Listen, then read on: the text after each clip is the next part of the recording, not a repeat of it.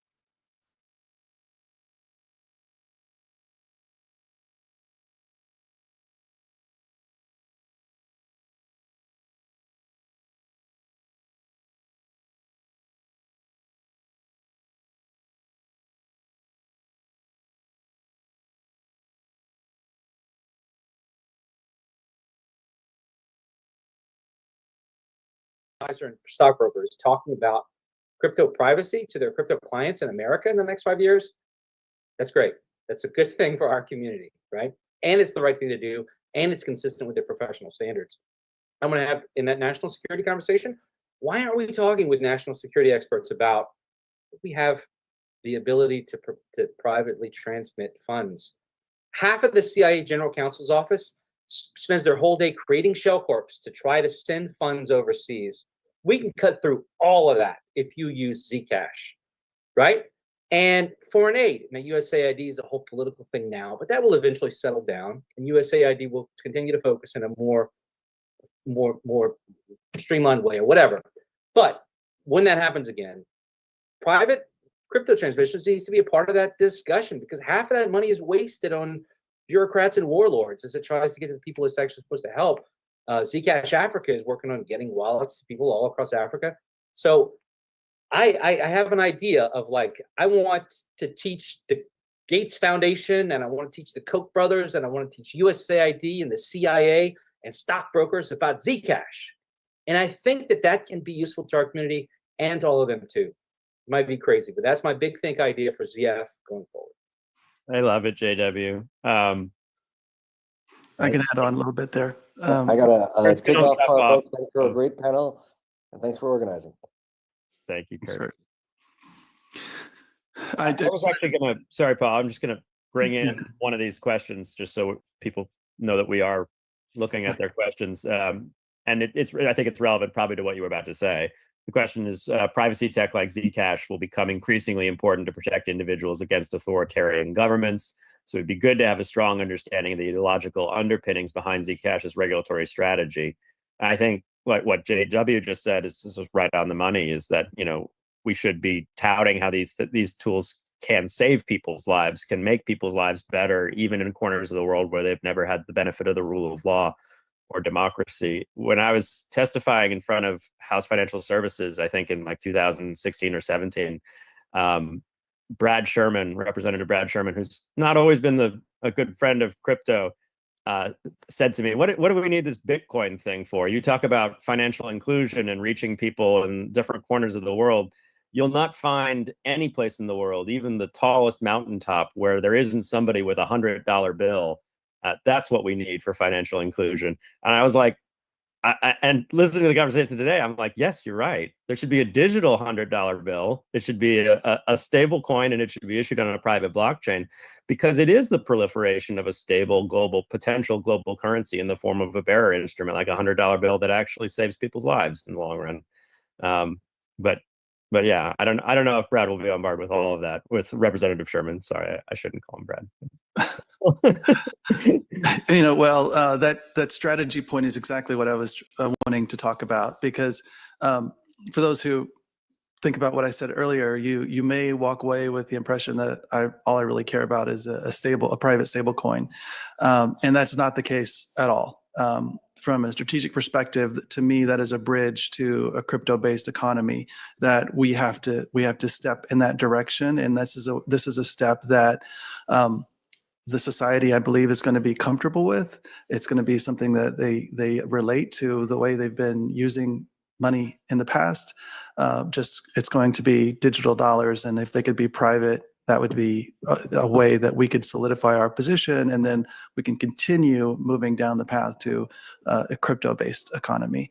And that is a more fundamental change. But just to be clear, that is exactly where I think we need to be headed. But that is such a longer term vision that I think we have to really focus on the short term right now. And the time now is for stable coins. Got another good question here. Isn't Tornado Cash banned over money laundering? How can Zcash avoid the same fate? Someone want to take this? I can also take this. Yeah, I'll do a quick take on this one because there's a few things that are sort of relevant to Coin Center. So the Tornado Cash sanctions, which actually were announced at the ZCon we did live in Las Vegas, are what sort of started this whole battle over the legality of Tornado Cash. And when OFAC, which is part of Treasury that does, sanctions law and tells Americans who they can and cannot transact with, they added the Tornado Cash immutable pool contracts, which were the privacy feature, the tech that actually allowed you to have private transactions on Ethereum, to the list of sanctioned persons. In the wake of that, we at Coin Center started working on a legal challenge to bring a lawsuit against OFAC saying you're not allowed to just add a smart contract, especially an immutable smart contract, to your sanctions list, because you're only supposed to add persons, like bad foreign persons, ideally, in oppressive regimes to the sanctions list, not autonomous software. And the Tornado Cash smart contract is not a person, nor is it even the property of one of these sanctioned persons, because it's immutable on the Ethereum blockchain running out on its own. And so those legal arguments culminated in two lawsuits. In the Fifth Circuit in Texas, the Van Loon plaintiffs, not Coin Center, were in the 11th Circuit in our lawsuit. They actually got to judgment first, and the Court of Appeals said, you're right.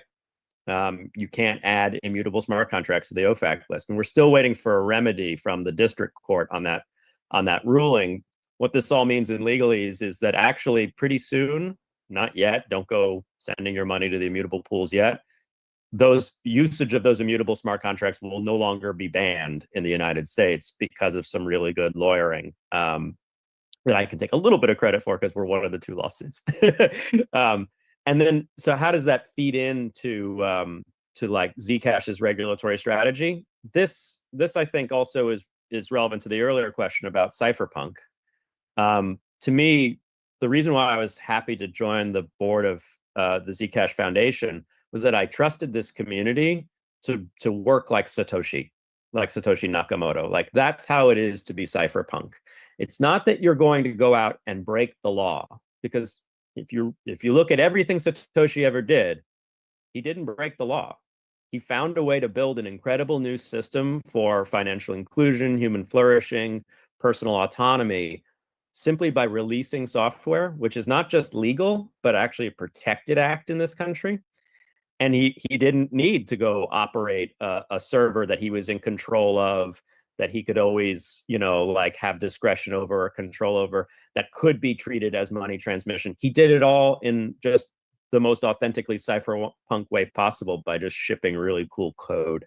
And so, like, I think that's still Zcash community's biggest advantage, is that we don't mess around with half measures. We build real decentralized tech. We don't put human agency in the loop, not just because we're afraid that the person who has that human agency would get arrested and forced to do things that would violate people's privacy, but just because it's the right way to build good tech. Like, we shouldn't have to trust people in order to transact online. We should just be able to transact peer-to-peer with bearer instrument-like assets like we do in the real world. So that's my little sermon about cypherpunk ideals. Does anyone want to chime in on that topic? Otherwise, we can move to another question too. Okay. Michelle? No, I was just taking a breath, but I guess what I could say, look, this community knows privacy and cares about privacy, however it is that you want to advocate. And so I think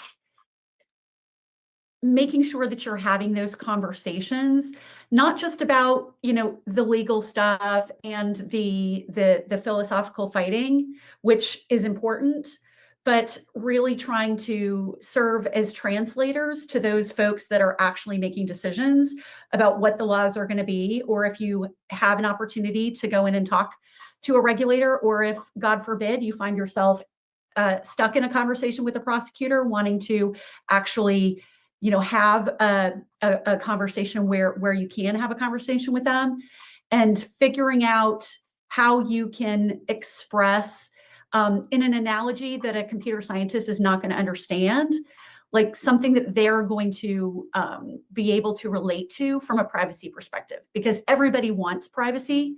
That's what we do in all these court filings. There are lots of arguments about the law and why it's wrong and this and that and the other.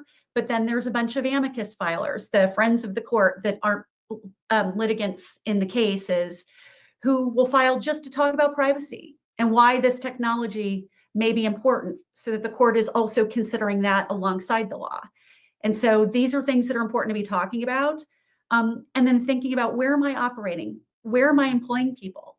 Who are my congressmen and my senators and their staff? Maybe I should have a meeting with them and talk to them about what I'm building and why I'm excited about it, and the importance of privacy, and how many people you're employing in their district where they have votes. These things you can be doing, because privacy is something that fundamentally everybody understands is not going to be against. You just have to frame the technology and what it's doing in a way that they can understand and relate to. So we've got really basically just one question that we haven't addressed yet, and it's actually a good segue into maybe one topic we haven't touched enough in this panel. The question is, could the panel discuss the recent changes with travel rules in various countries? And if no one's comfortable speaking specifically about the travel rule in this panel, I think I do want to open it up to a larger discussion of, what do we see in the evolution of policy in the US that's contrasted abroad? What are the best things we see from other jurisdictions, like say the European Union? What are the things that are maybe more concerning, and what's the differential on how friendly the US is versus the rest of the world right now?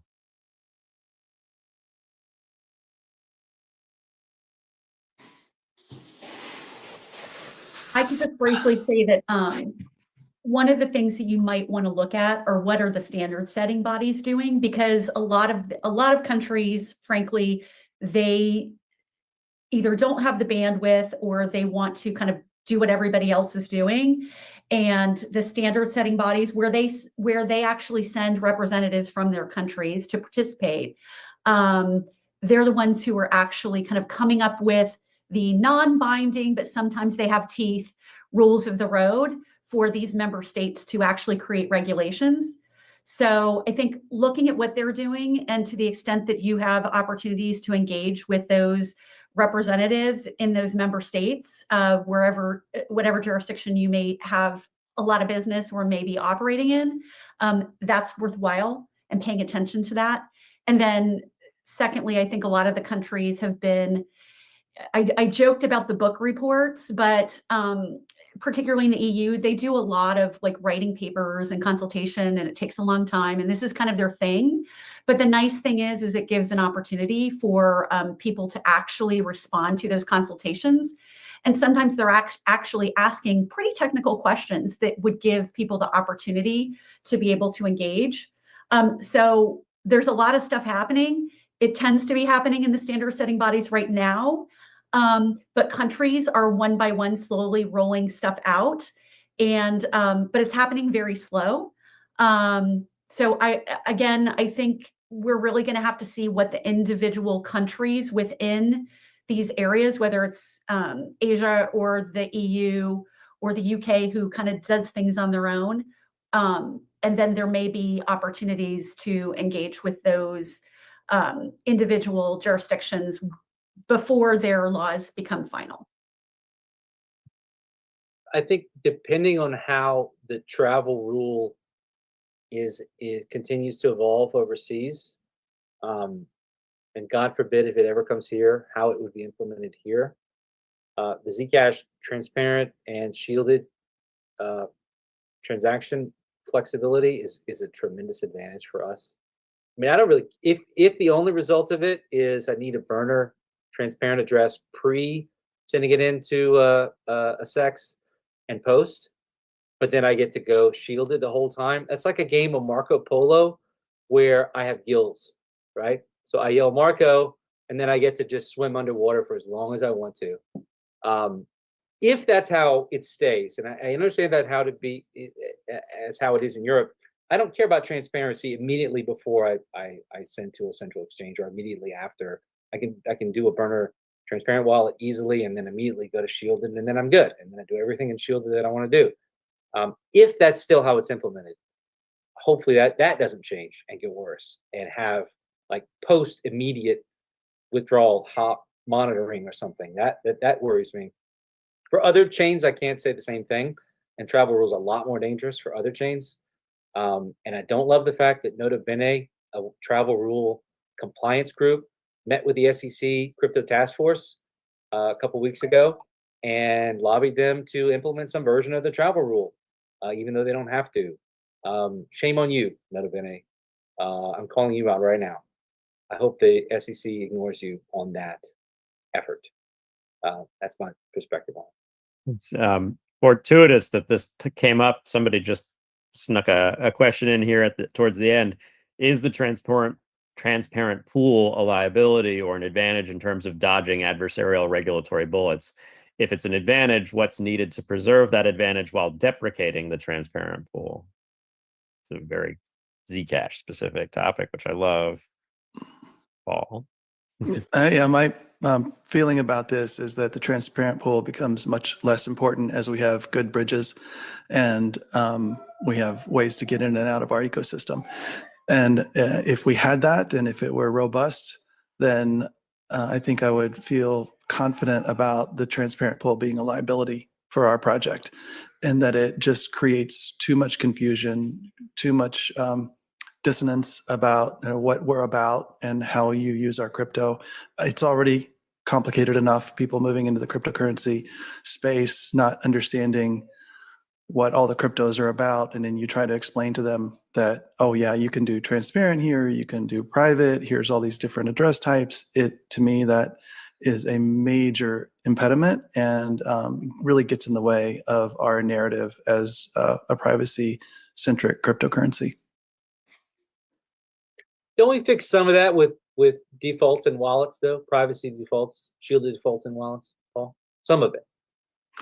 Perhaps, and I think that Zashi has really done great at this, and it's made a huge difference in adoption. It's one of the reasons why I feel more comfortable in trying to onboard normies now, because I feel like I can do it in a way that is not going to be so overwhelming for them. But it's still, to me, it's way too confusing, and I just don't think it's that helpful to us, candidly. I think, once we have ways to get in and out that are not dependent on exchanges, then we just don't need it. And I don't know that it provides that much benefit to us.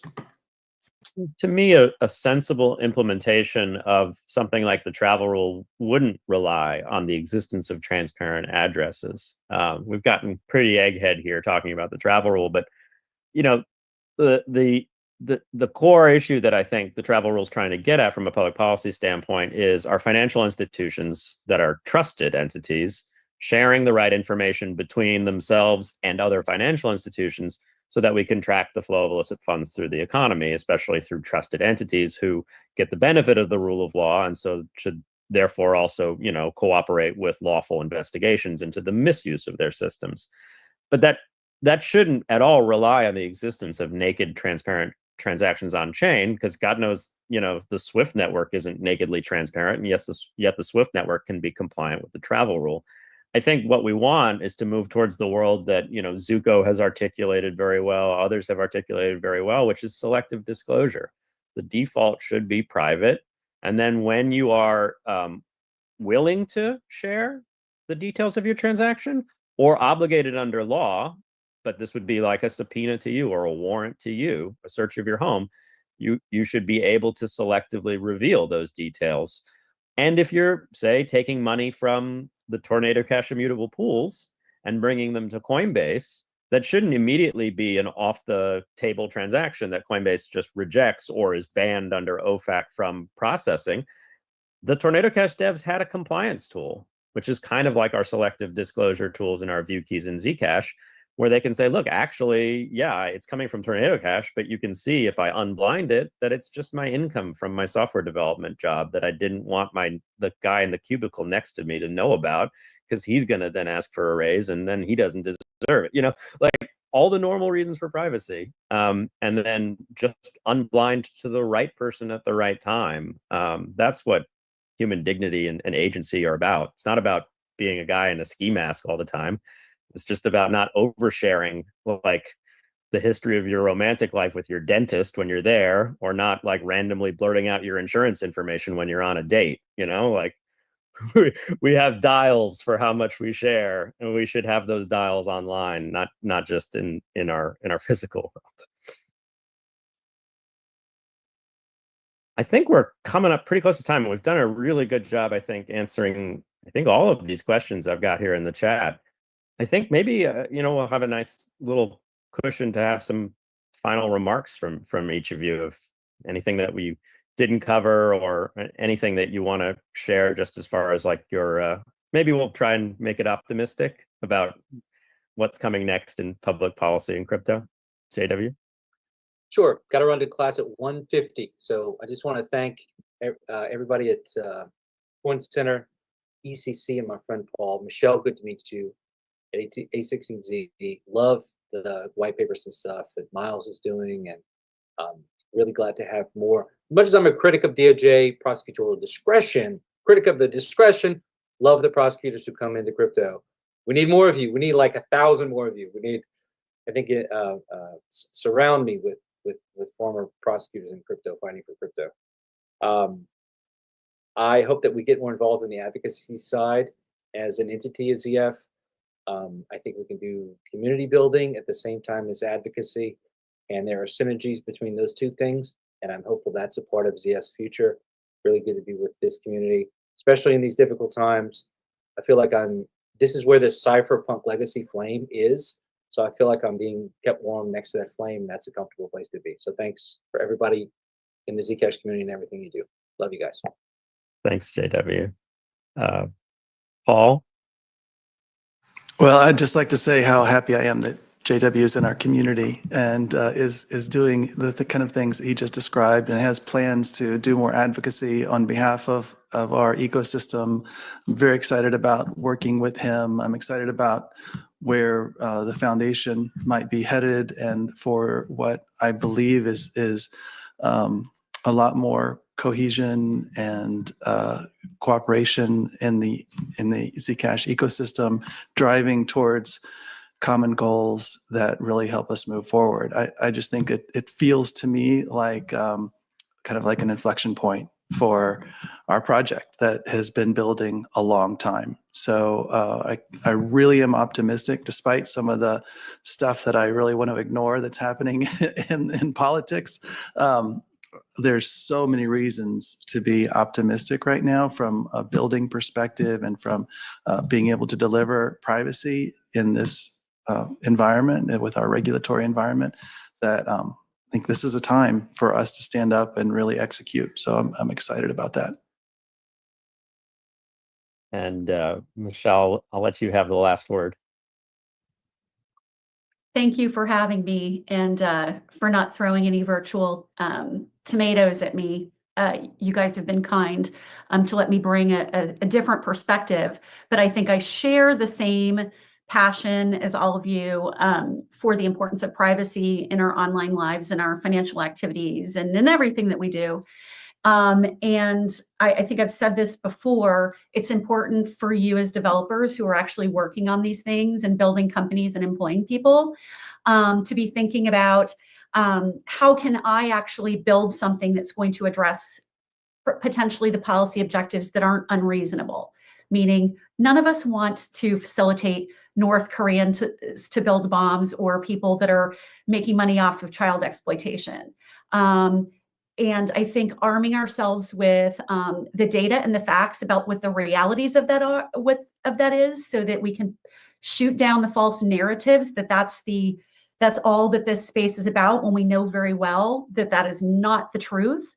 And I think arming yourselves with arguments that actually have been pretty well crafted by a lot of hardworking developers and policy folks and attorneys out there, and just amplifying them. Because I have found that when you have a person who's a skeptic or even an opponent, and they hear something that's rational and has data behind it over and over and over again, actually, eventually, they sometimes actually turn the corner. I've seen it. So visit a16zcrypto.com. We have a ton of policy documents on these topics. Privacy is obviously very important to us as a firm, and specifically in the crypto fund. And go out there and be warriors for privacy, with all of the information and the talents that you have, and with the gifts that have been given to you by those that have fought before you. So thanks for having me, and keep building and stay positive. Thanks, Michelle. And as for me, if any of the cases that I've mentioned, the Tornado Cash actions, the Llewellyn v. Garland case about unlicensed money transmission, if any of those impact litigation or other policy efforts that my organization, Coin Center, are interesting to you, please visit coincenter.org, where we have all of our educational and advocacy materials available. And I love the Zcash community. I do miss being on the board of the foundation. I love the people who want to build in this space. If you ever have concerns or questions, or think you could, explain this better than I'm explaining it to somebody in Congress, shoot me an email at peter@coincenter.org. I really want to support this space. So thank you all for tuning in. I think it's been a great discussion. Hopefully it was useful as you continue to build.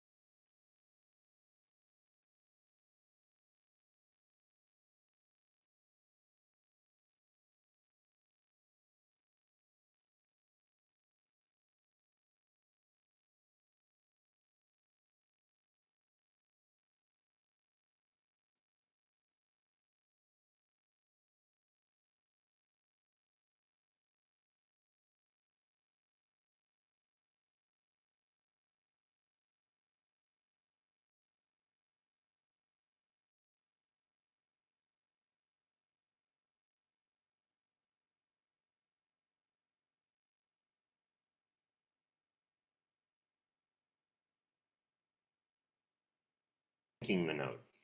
And of course, syncing the witness to show that it exists in the blockchain, that the node exists, is really easy to do using some, all sorts of things, like, for example, a cryptographic accumulator like an append-only Merkle tree, which is actually what we use in Zcash. Of course, proving that we know of a note that is on chain in the past isn't sufficient, because we actually have to prove that that we haven't spent the note before. And so we do this, otherwise we would be double spending. So we do this with the use of a nullifier. Transactions reveal nullifiers inside of all the spend objects. And nullifiers are basically, from everyone else's perspective, they're just random bytes. But there's some deterministic function of the note that we're spending. And they act as sort of a fingerprint that's forcibly revealed when we go to spend our note. But nobody else learns anything about the note we're spending, because it's just basically randomness. So the validators on the network will look at the place, and they'll reject transactions that reveal a nullifier that they've seen before in a previous transaction that they've accepted, since that would suggest that a previous transaction already spent the note. So this would be a double spend. But if we haven't seen that nullifier yet, if we choose to accept the transaction, the validators write the nullifier down so that future transactions are prohibited from spending that note again. So the two scaling challenges in Zcash revolve around these nullifiers and the note receiving problem. And I'm not going to focus too much on the note receiving problem, because I think basically anyone who's looked at it understands what we need to do to resolve it. And there's a lot of different options to resolve it. I have a slide here just to briefly kind of go over that, but I'm not going to go in too much detail. Basically, the gist of it is all in-band secret distribution needs to be removed from Zcash in the future. You need to learn about your notes out of band potentially through the use of a pre-existing channel that you have with the sender of a payment. And you have to collect your witness for the notes that end up on chain using a process that doesn't involve decrypting every ciphertext that ends up on chain. That's just not scalable. It's really the only approach we have. I'm not going to focus too much on this part of the problem. That could be its own talk, really. I'm going to focus entirely on a much more daunting challenge that's kind of haven't made much progress on, which is scaling the nullifiers and how that might relate to the problem of syncing our nodes. So nullifiers don't scale in the existing protocol because validators have to keep a record of every single nullifier that's ever been seen before, so they can prevent new transactions from revealing the same nullifier. And even in some of the ideas that I've seen for how to scale Zcash that have been sketched out in the past, validators still have to collectively keep these records as they grow forever. Even if some of these validators can get away with only storing a subset of them under some conditions, in general, this set still needs to be maintained by the validators. So the state of the art in dealing with this problem, which Dara Mahapwad talks about in their ZK Proof Amsterdam presentation about the subject, basically involves sharding the space of possible nullifiers. At the consensus layer, transactions are forced to deal exclusively with nullifiers that are in that subspace assigned to that shard, and then validators in that subspace, they still have to keep track of all the nullifiers that have been revealed in it. They still have to process the transactions that take place in that shard, and they also have to use this special kind of sparse binary Merkle tree accumulator thing in order to check and update a shared database of nullifiers that have been recorded in previous transactions in that shard, so they can reject double spends, but also so they can prove to other validators, including the ones that aren't part of that shard, that they have been following the rules and they haven't been allowing double spends. So this protocol is cool, and although it does improve some things, it doesn't solve the problem of validators having to keep the whole entire nullifier history recorded, which is a huge drawback. And it also makes the problem even worse, because now they have to continually prove updates to arbitrary locations of a shared cryptographic object that records the nullifiers. And so there's availability problems, which always comes in with the territory when it comes to sharding. You can't just solve availability problems by throwing more shards at the problem. It always makes availability problems worse and increases risks and makes these other problems worse as you do that. And further, because transactions can only contain wallets have to cajole their spendable notes sort of so that the notes have nullifiers that happen to appear in common shards. That way your payments, you can make transactions in those shards for payments in general. And it's really annoying that, or you have to do cross shard synchronization and communication, all this other stuff. It adds latency and complexity, and we haven't made much progress in scalability in this direction because it just seems so daunting to me anyway. So I wanted to avoid all that. So I did the natural thing and considered what would happen if users provided proofs that their nullifiers haven't been spent, and include these proofs in their transactions. In much the same way that we maintain a witness that proves knowledge of a node existing, like a set inclusion proof, we could also maintain a witness that a nullifier hasn't been seen before. And that way, as shielded notes are spent by other users and more nullifiers appear on chain, you can just continually update those witnesses to demonstrate that the new nullifiers that appeared on chain since then are also different from the wallet's own nullifiers, which proves that we haven't spent our note yet. And so when we want to spend our notes, we prove that we have a witness for a note in the chain, just as before, just as we do now. But then we also, in addition to that, in addition to revealing the nullifier, which we also do now, of course, we start to prove that the nullifier hasn't been revealed before. And the validators check this proof, and if they're satisfied, they can publish the transaction in the next block. They just have to check to make sure that none of the transactions that are being added in the next block have the same nullifier as some other transaction in that same block, because that would be a double spend as well. So as long as they do that, then everything's fine. And by recording the transaction in the block, or specifically the nullifier for all the transactions in that block, they leave a record of the nullifier, which prevents the wallet from continuing to maintain a witness for their note, because it's been spent already. So this has been thought of before. I'm not claiming this is not a novel idea or anything like that, but it has some problems, and there's some reasons that we haven't gone down this route before.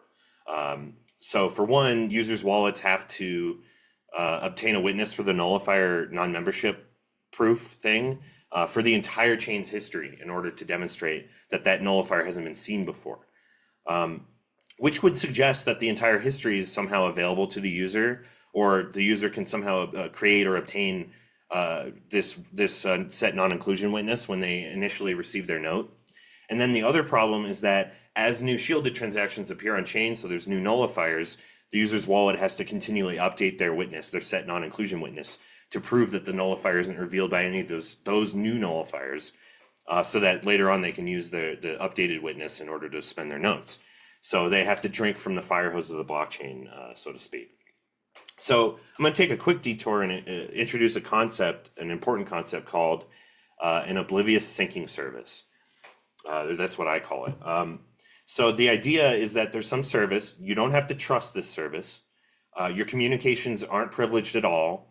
You never send any private information to this service. You'll use a mixnet to talk to it or whatever, but other than that, you might as well, all of your communication with this service could be made public, and it would have no effect on your privacy. So the goal is to give our shielded note witnesses to this service, or to multiple services maybe like this. And these services do the hard work of syncing our notes. In other words, they update our witnesses to account for the new transactions that appear on chain. And we can use the updated witnesses that it gives back to us to create transactions that spend our notes. And I'd like to point out that we have something already, if you squint a little, that can be crudely thought of as an oblivious syncing service right now, and that's LightWalletD. So right now, when you open your Zashi wallet or whatever, it asks LightWalletD server for some information, and then LightWalletD is responsible for performing some computations to help you sync your notes and update your witnesses to the latest version of the blockchain to account for all the transactions that have happened. And right now, it does this specifically for our note commitment witnesses. Actually, LightWalletD has Zcash and ZebraD do this on its behalf, but in principle, it's LightWalletD's responsibility to perform computations that help the user's wallet sync up their witnesses. And so right now, LightWalletD only helps you do this for your note witnesses. and not for anything else in the protocol that has to do with like nullifier non-inclusion proofs. We don't have anything in the protocol for that right now. But in theory, you could give the server some recursive snark that proves non-inclusion of a nullifier up to a certain block height. And then that server could expand on that proof to produce a new proof that covers the more recent blocks and hand that back to you. And you can use that to spend your nodes. So the service wouldn't find out that you used the proof, by the way, because you could re-randomize it, the proof that they gave you, because you can re-randomize it or you can compose it with your snark. So there are a couple problems with this approach as well. The first problem is that, well, I mean, it's the same problem. We still have to prove non-membership of our nullifier for the entire history of the chain, which would mean that these oblivious syncing services would have to maintain and process requests over the entire history of the previous nullifiers, which is part of the problem that we're actually setting out to solve, trying to solve that. But strictly speaking, it's actually a stronger requirement than is necessary, right? If we loosen our requirements of nullifiers by only requiring that a nullifier doesn't appear in any of the blocks after our note was included in a block, in the Merkle tree or whatever, it was after our note was mined, or shielded transaction that created the note was mined, as long as the nullifier didn't appear after that in any blocks, that's sufficient to capture the cases where we could double spend. In fact, with this recursive proof that you hand to this oblivious syncing service, you don't even have to reveal to the service the range of the lower bound of the range of the blocks that the non-inclusion proof covers, so that they don't see when you began syncing, because you can keep that as an encrypted base case for the recursive proof. There is another problem though, a privacy problem. So the service might not know when you started syncing the nullifier, and we might be able to hide that from them. But once we reveal the nullifier to the service, because they need it in order to check this non-inclusion proof, or to extend this non-inclusion proof for new blocks, if we send that nullifier to the service, and then a week later, a month later, a year later, we spend the note and then reveal that nullifier on chain, then the service learns that all the notes that appear, new notes that appeared on chain ever since I gave you the nullifier, or gave the service the nullifier, none of those notes were spent by that nullifier, which violates indistinguishability. And the reason why this happens is because nullifiers currently are computed using information that is, for the most part, unpredictable prior to the creation of the note. For example, like the note commitment, which and a bunch of other data that can't be anticipated, basically. So we need some way to generate our nullifiers well in advance of the note, even the notes that they represent the spend of, so that revealing a nullifier before we actually spend it, no matter how early on we do it, to this oblivious syncing service, or even just posting it on social media or something, it doesn't reveal anything private about the note that others wouldn't already figure out when they see the nullifier later on when you spend it. So here's some suggestions for how we could do that with nullifiers. These are kind of provocative suggestions, but I think that is fine. So if we look at how nullifiers are computed in Orchard, for example, and this kind of oversimplifies it, but we can see that the nullifier computation takes as input the note commitment for the note that we're spending, and another value, which is basically the nullifier, this row value, it's the nullifier of one of the spends in the transaction that originally created the note that we're spending.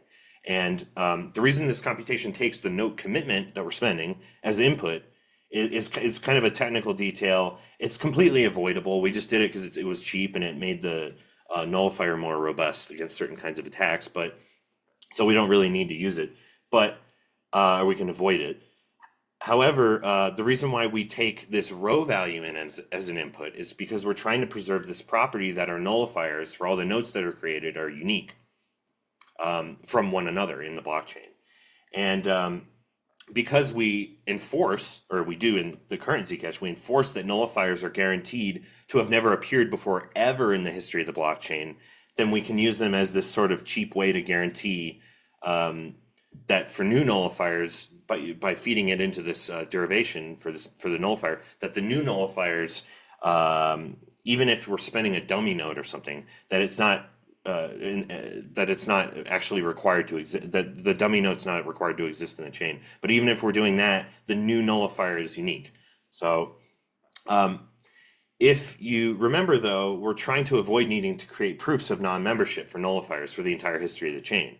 So we don't have that history. We can't expect anyone else to retain it for us, much less produce non-membership proofs for us. There might be some other ways to force the nullifier to be unique, like with randomness beacons or whatever. But remember, we're trying to make it so that the nullifiers are predictable, so that revealing them prior to them appearing on chain doesn't compromise your privacy. So this suggests that maybe we need to ditch the requirement that nullifiers need to be unique at all. The only reason we need them to be unique in the first place is to prevent this attack called a fairy gold attack, where your adversary sends you multiple shielded notes that they might not know what nullifier they end up being, but they'll be able to know that when you spend one of them, it'll reveal the same nullifier that the other one had. They have the same nullifier, so you can only spend one of them, not both, for example. But with the changes that we're expected to make to the way that notes are received, and in general, just we don't care about this attack anymore. So, for example, in liberated payments, if I get a liberated, and this gets into the details of receiving notes and stuff, and I don't want to go too much detail, but if you're familiar with liberated payments, the sender gives you a key, an ephemeral key that you can use to claim the funds, or they could take the funds back and the transaction's effectively canceled. So in that case, they can rug pull you anyway. So what would they gain from doing a fairy gold attack on you in that context? In other contexts, the recipient could, in other kinds of payment flows, the recipient can actually impose upon the sender what the note contents are, so they can prevent this attack from happening at all. So we can always mitigate or avoid fairy gold attacks, I think. So I don't think that's a big deal that we could change the protocol to make it so that nullifiers aren't forced to be unique. So if we remove these components to the nullifier computation, the resulting nullifier can be computed in advance of the creation of a shielded note. We don't have to know anything about the note before we create the nullifiers. And so what happens is, on startup, our wallet generates a bunch of nullifiers, and it starts building non-inclusion witnesses for them on chain, just empty non-inclusion witnesses. It doesn't have to do any syncing or anything like that.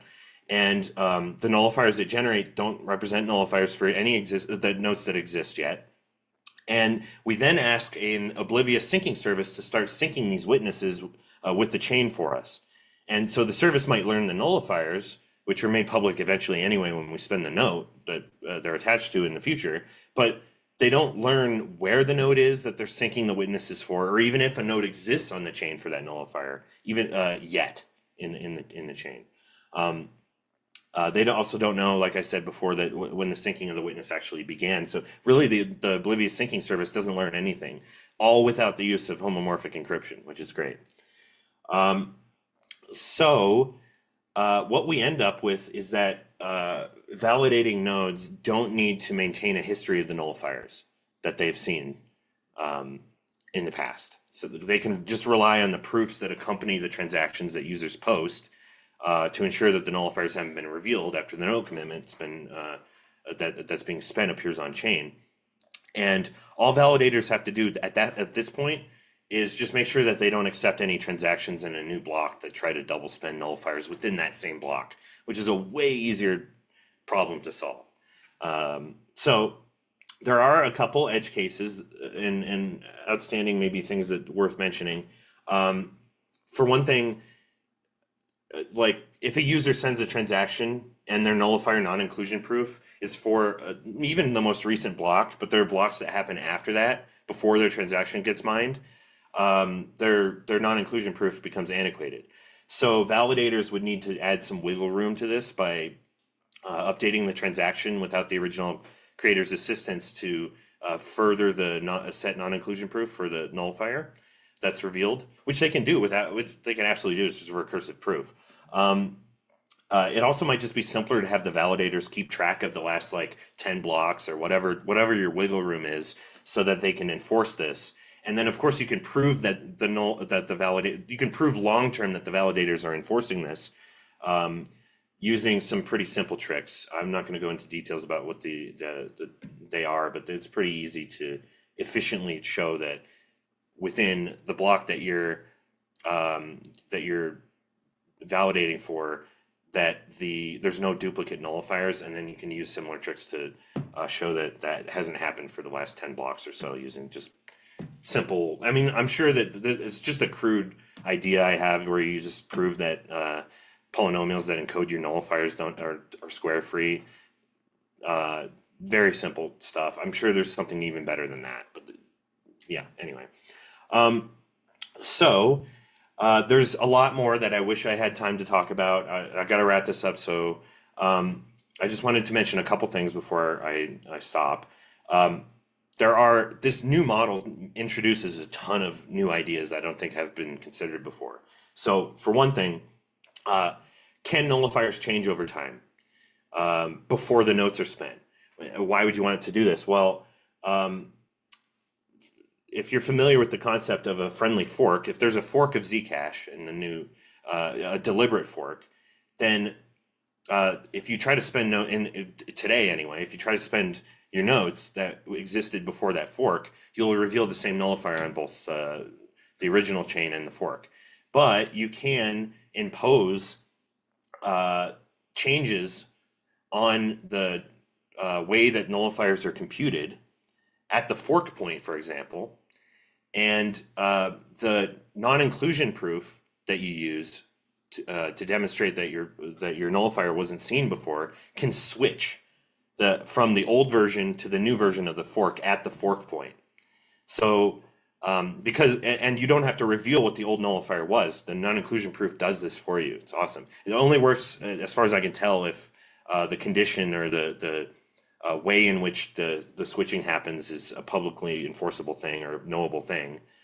There might be some tricks that can make it so that you can do this at will. Of course, you could do it periodically, like every 1,000 blocks. You could make it so everyone's nullifiers change. I don't know why you do that, but it's some really cool things like that happen, and it's still secure, and it doesn't make it so that more information is revealed. So another thing is that I just wanted to make sure that everyone understood these oblivious syncing services. They can perform their service for many nullifiers, or even in like classes of nullifiers, in totally different ways, where they can make trade-offs in the time frames that they construct, that they sync for. They can do partial sets, or like they can do partial sets of the null or subspaces of the nullifier space. You can use, it's very flexible, because if you know the nullifiers you're looking at in advance, you can even do more things using batches of nullifiers that you're checking syncing for, using probabilistic, like sieves sort of. And you can switch between predicates arbitrarily as long as throughout the syncing process, as long as you can prove that the nullifier that you're checking doesn't exist, is caught by all the predicates that you switch between. So there's a lot going on here.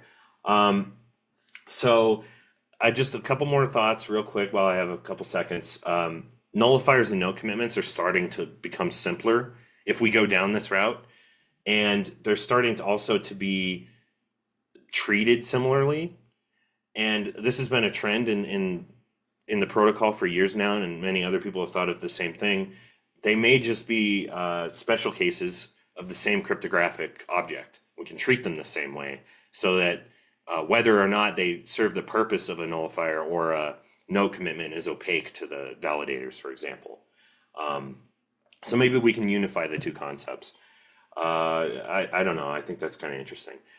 If you wanted to understand the idea for doing non-membership accumulators for nullifiers and how that might work asymptotically, and why you wouldn't want to use, or what benefit you would have over using that over like a sparse binary Merkle tree accumulator for using set non-membership proofs and things like that.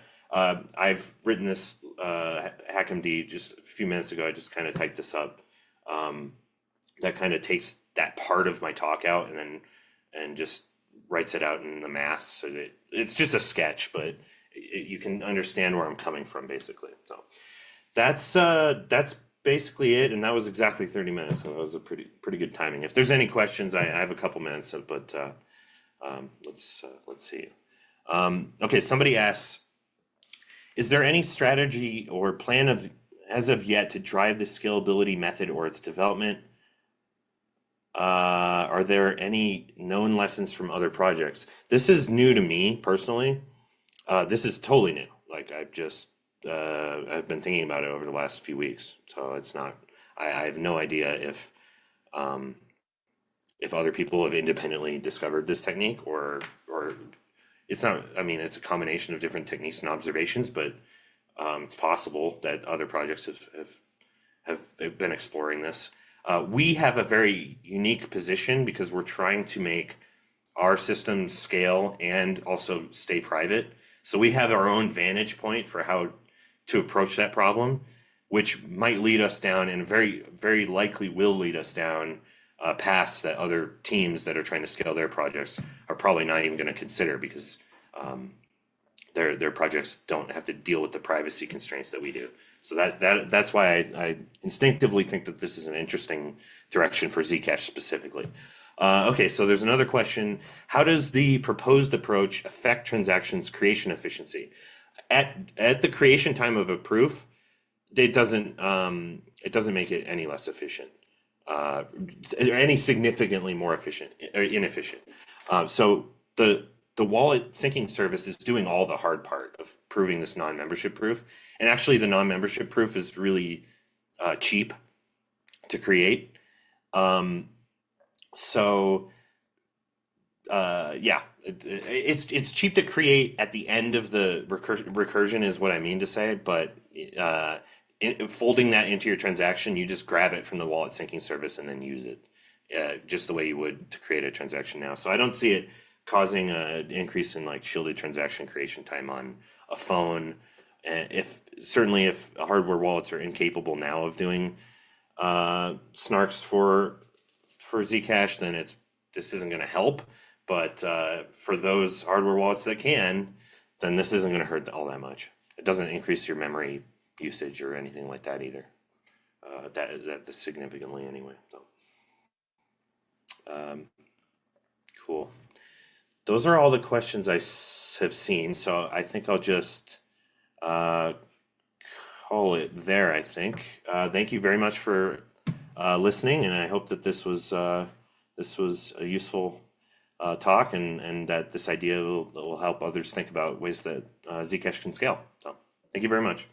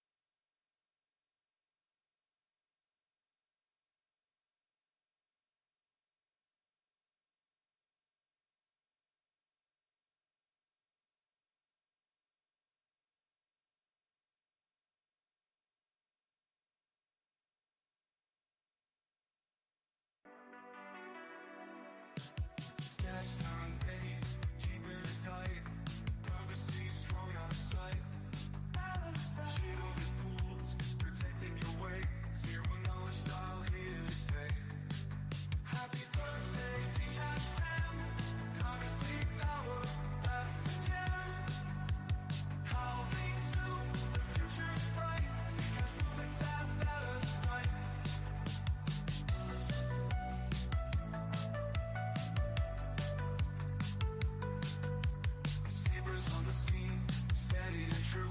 Building tech for me and you. We're fast ahead, we're going far. Zcash shining like a star. Happy birthday, Zcash fam. 8 years strong, here we stand. Onward now, the world to see. Zcash leading privacy.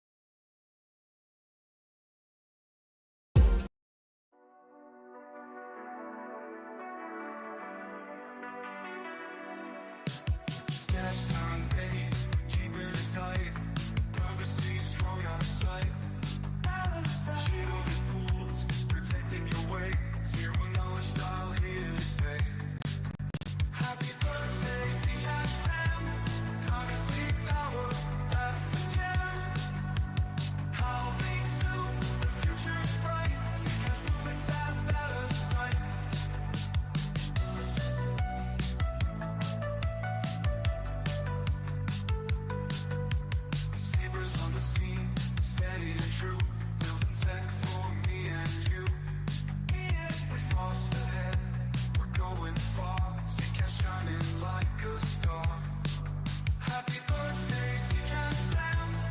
8 years strong, here we stand. Onward now, world to see. Zcash leading privacy.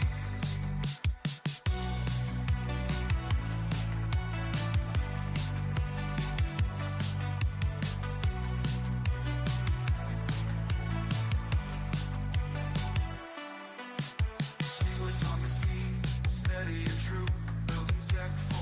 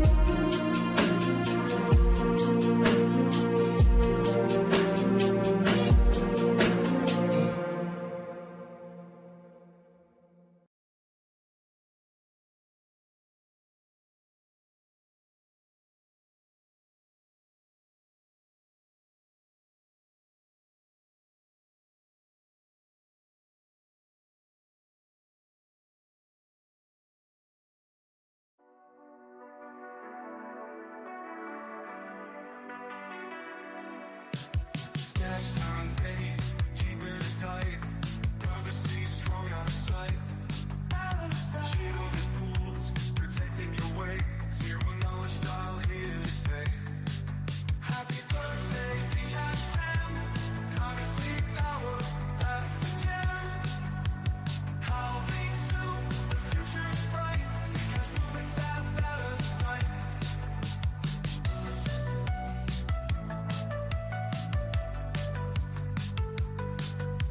Zebras on the scene, steady and true. Building tech for me and you. We fast ahead, we're going far. Zcash shining like a star. Happy birthday, Zcash fam. 8 years strong, here we stand. Onward now, the world to see. Zcash leading privacy.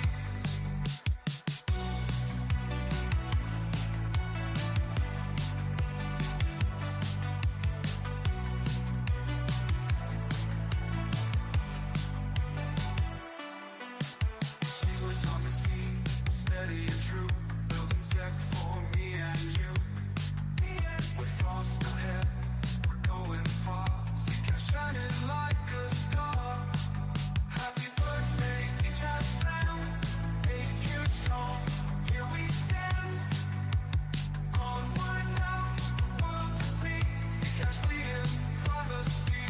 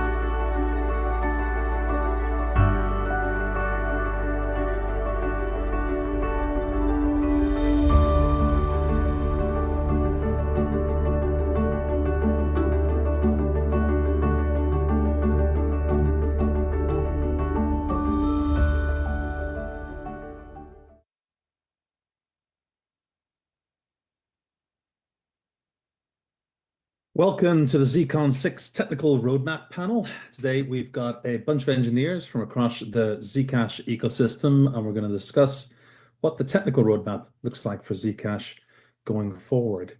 Let's start off with some introductions, and I'll also ask everybody to give a little icebreaker and tell us what you think the future of Zcash is going to be after the sort of NU7 timeframe. Where you hope it's going to go, what sort of features you hope are going to get deployed, what sort of functionality will be added to the protocol. And let's start off with Arya. Hello, I'm Arya. I work at the Zcash Foundation on Zebra, and I think the future of NU8 and onwards is going to be asset swaps, bridges, proof of stake, and hopefully liberated payments. Nate. Hi, yeah, I'm Nate. Let's see, I'm working on proof of stake, so I'd like to see that activate, and I hope Zcash generally heads in a direction of remaining secure, keeping the token limit and issuance rate the same, continuing to provide top-notch privacy, and then beyond that, connecting to many other crypto systems so that it's easy to transfer assets between them using the Zcash network. Pablo. Hi, I'm Pablo from Kedit. We are working on ZSA for a while now. So for the future, we were thinking about more mechanisms to enable trading, first of all, inside Zcash, more secure trading inside Zcash, and maybe other tools for helping people on board into Zcash. This is critical. This can be a bridge, or this can be some other mechanism which is secure cross-chain onboarding, thinking about these directions. Sean. Hello, I'm Sean. Yeah, so I work on, mainly these days, I work on long-term research for protocol changes in Zcash. In particular, I focus on things like scalability, scalable payments. So in terms of features and all the rest of that stuff, I don't want to get in anyone's way. I'm really jazzed about all the things that people want to build and integrate into Zcash in the next couple of network upgrades. But I think that Zcash needs to succeed at the simplest task, which is to send and receive money, and it needs to scale that simple task to support large numbers of users, which is kind of the dream that I've had since I started working on Zcash since the beginning.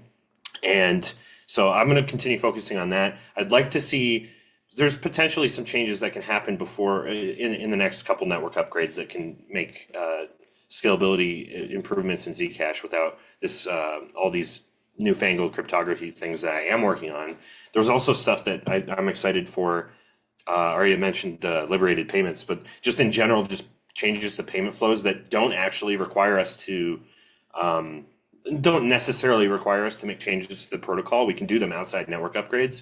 I'd like to spend a lot of time on that sort of stuff because there's a lot less difficulty in deploying those kind of changes and a lot of experimentation you can do without having to sit around and wait for network upgrades to deploy. So I'm excited about that sort of stuff. Cool. And Sean, you just finished up a short time ago your own presentation about scalability. So thanks for taking a short break and coming straight back to us. Yeah, no problem. Strad. Hey, I'm Jack, or Strad, answer to both, cryptographic engineer and cat herder at the ECC. And yeah, most of what I do these days is a mix of getting network upgrade related work across the line and shorter term work on things that lead to user adoption. And I'm very interested in things that lead to users being able to use Zcash effectively, because that's the number one thing that matters for as far as the value proposition Zcash provides is its privacy, its anonymity set, the network effect of using Zcash. And so the more people that we can have easily using Zcash, and the more people that we can have bringing their use cases into Zcash, the better. Thanks, Strad. And last but not least, Zankas. Hi, I'm Za. I'm with Zingo Labs, and I'm excited about finishing off, I think, an important part of the privacy story, which is network layer anonymity, packet layer anonymity with MixNet, so the NEM integration. I feel like has always felt sort of urgent, and now it seems close to being achieved. I was a little bit surprised to hear other people talk about liberated payments. That's also very interesting to us, and we're also focused on onboarding, and we're really interested in extending the utility of Zcash into the messaging use case. And we're specifically thinking about liberated payments for onboarding folks for the messaging use case. Well, we had a quick discussion beforehand about an outline agenda, and first on the list was Zcash deprecation, and I thought it might be interesting to start off with Strad, who has had the misfortune, I think it's fair to say, of having to do a lot of the maintenance of the Zcash node by backporting improvements from Bitcoin D. And I just wondered, Trad, if you could talk a little bit about the sort of the rationale and the reason for us wanting to get rid of Zcash D.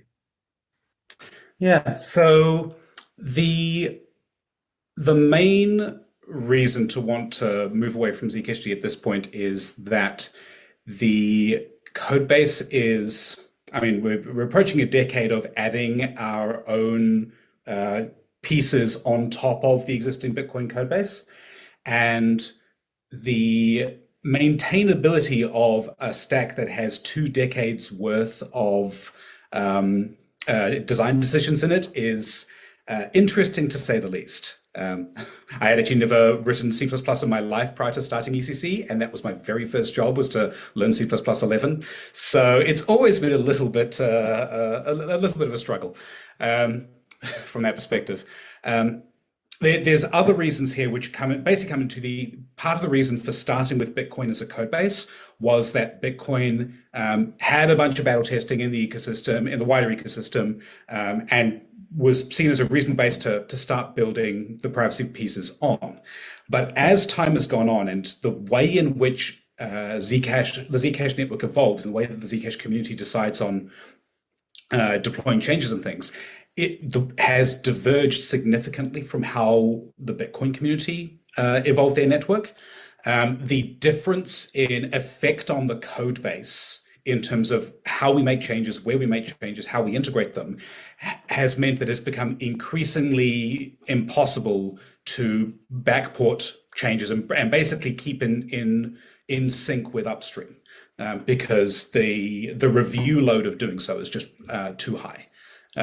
By switching to focus entirely on a stack that is essentially entirely Zcash focused, we don't have to worry about those kinds of concerns. We can make changes we want. We're responsible for making. That's the other thing. We're responsible for managing the entire stack rather than being able to benefit from what Bitcoin does. But hence, moving to a stack that we understand and that we fully control makes doing so easier to achieve. Yeah. There's also wallet-related reasons that we can get into later if we wish. And Arya, you've been working on Zebra, getting Zebra to the point where it can begin to take over some of the use cases that Zcash D has always addressed. Can you talk a bit about the challenges of basically re-implementing a protocol from scratch, including all of the bugs and undocumented features? Yes, so there is a lot to re-implement just to begin with. So Bitcoin was pretty large, and then Zcash extended that. And then the specification, while it is very, very thorough, has mistakes in it. And there are mistakes in the implementation of the specification that sometimes Zebra needed to match. I think there were difficulties in terms of what was available to use from a Rust environment. There is still C++ being pulled in for both RocksDB and Zcash script, which will hopefully change soon.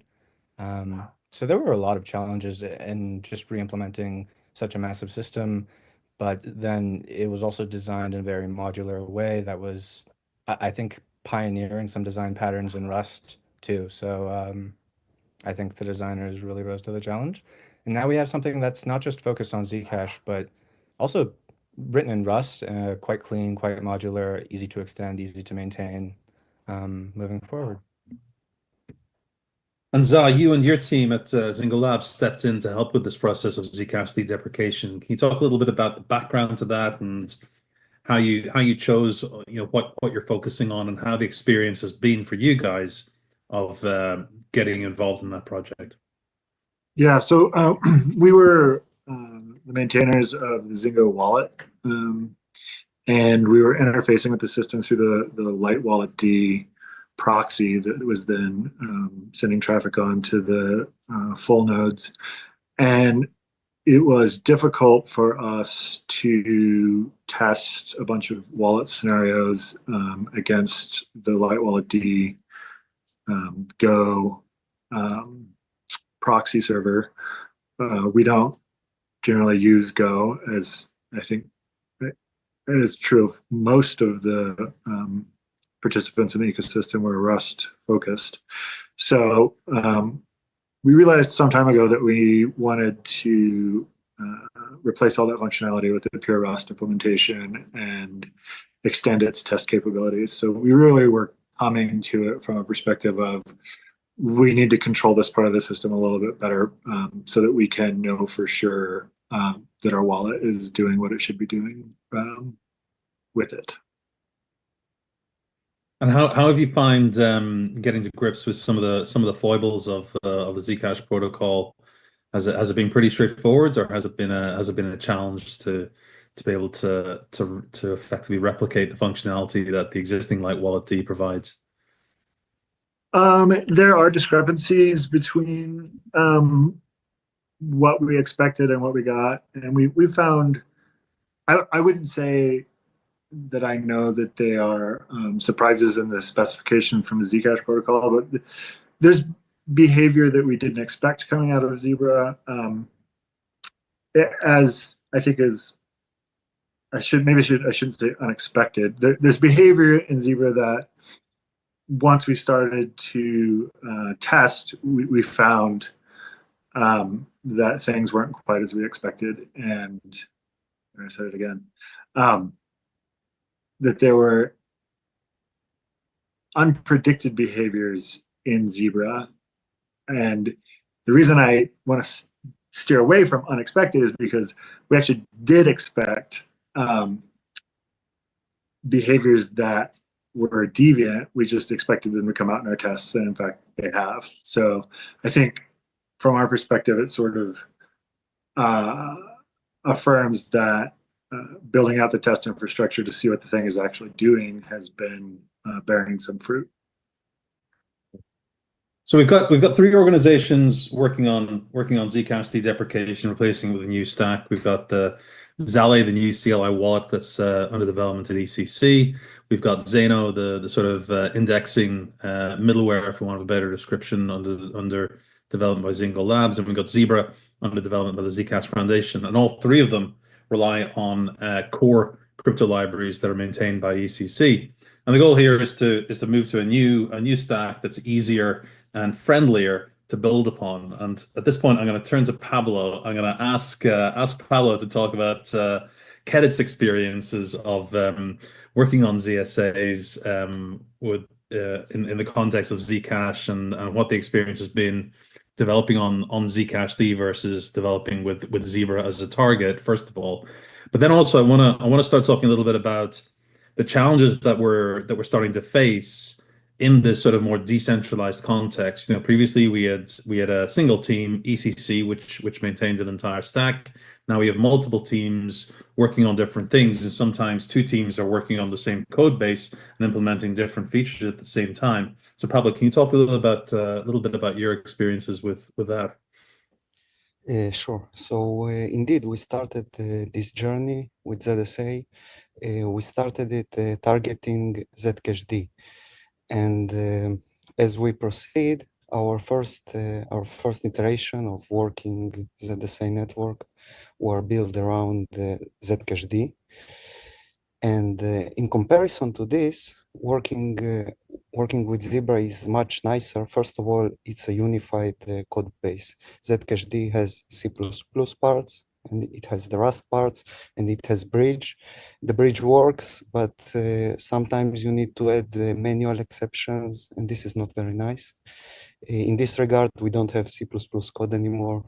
We are much more satisfied with our changes to Zebra. It's easier to maintain one code base, one uniform code base, instead of having this divide between C++ and Rust. Also, it's easier to understand the underlyings. Sometimes you look at Zcash D and you see legacy Bitcoin code from way back, and you're not sure how you should react to this. Like, is this actually being used or not? Or maybe sometimes. So we don't have these problems now, and overall, as a developer experience, the developer experience for working with Zebra is much better. I think you talk a little bit about the sort of stage that Zcash Skilled Assets is at in terms of deployment and rollout, and how you see that that plan progressing from here until the point that it actually activates on mainnet? Yeah. So for the moment, we have a working version of ZSA, meaning we have a modified Zebra node built on top of the entire stack, and the entire stack is the proof system, Halo 2. On top of this, we have Orchard. On top of this, we have Libra Zcash, which is divided into many crates, and on top of this, we have Zebra.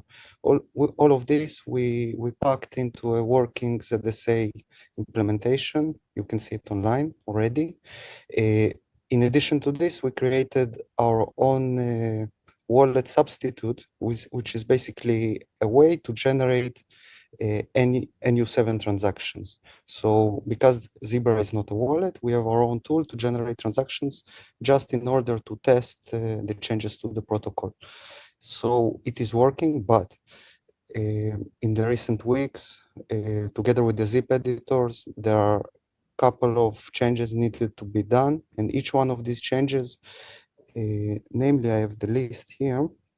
So we added, in the last couple of weeks, we added reference nodes, we added deterministic row computation, we moved burn fields inside action groups, and some other changes. All of these needs to be propagated across the entire stack from the top. We are not touching Halo 2 anymore. We believe that at least the changes for the circuit are done, and they are also externally audited, and this part is ready. But from Orchard and above, the entire list of zip changes, recent changes needs to be propagated all the way up to Zebra and to TX tool. Again, transaction changes should also affect on the wallet or wallet substitute. And this is our work as part of the NU7 preparation. Yeah.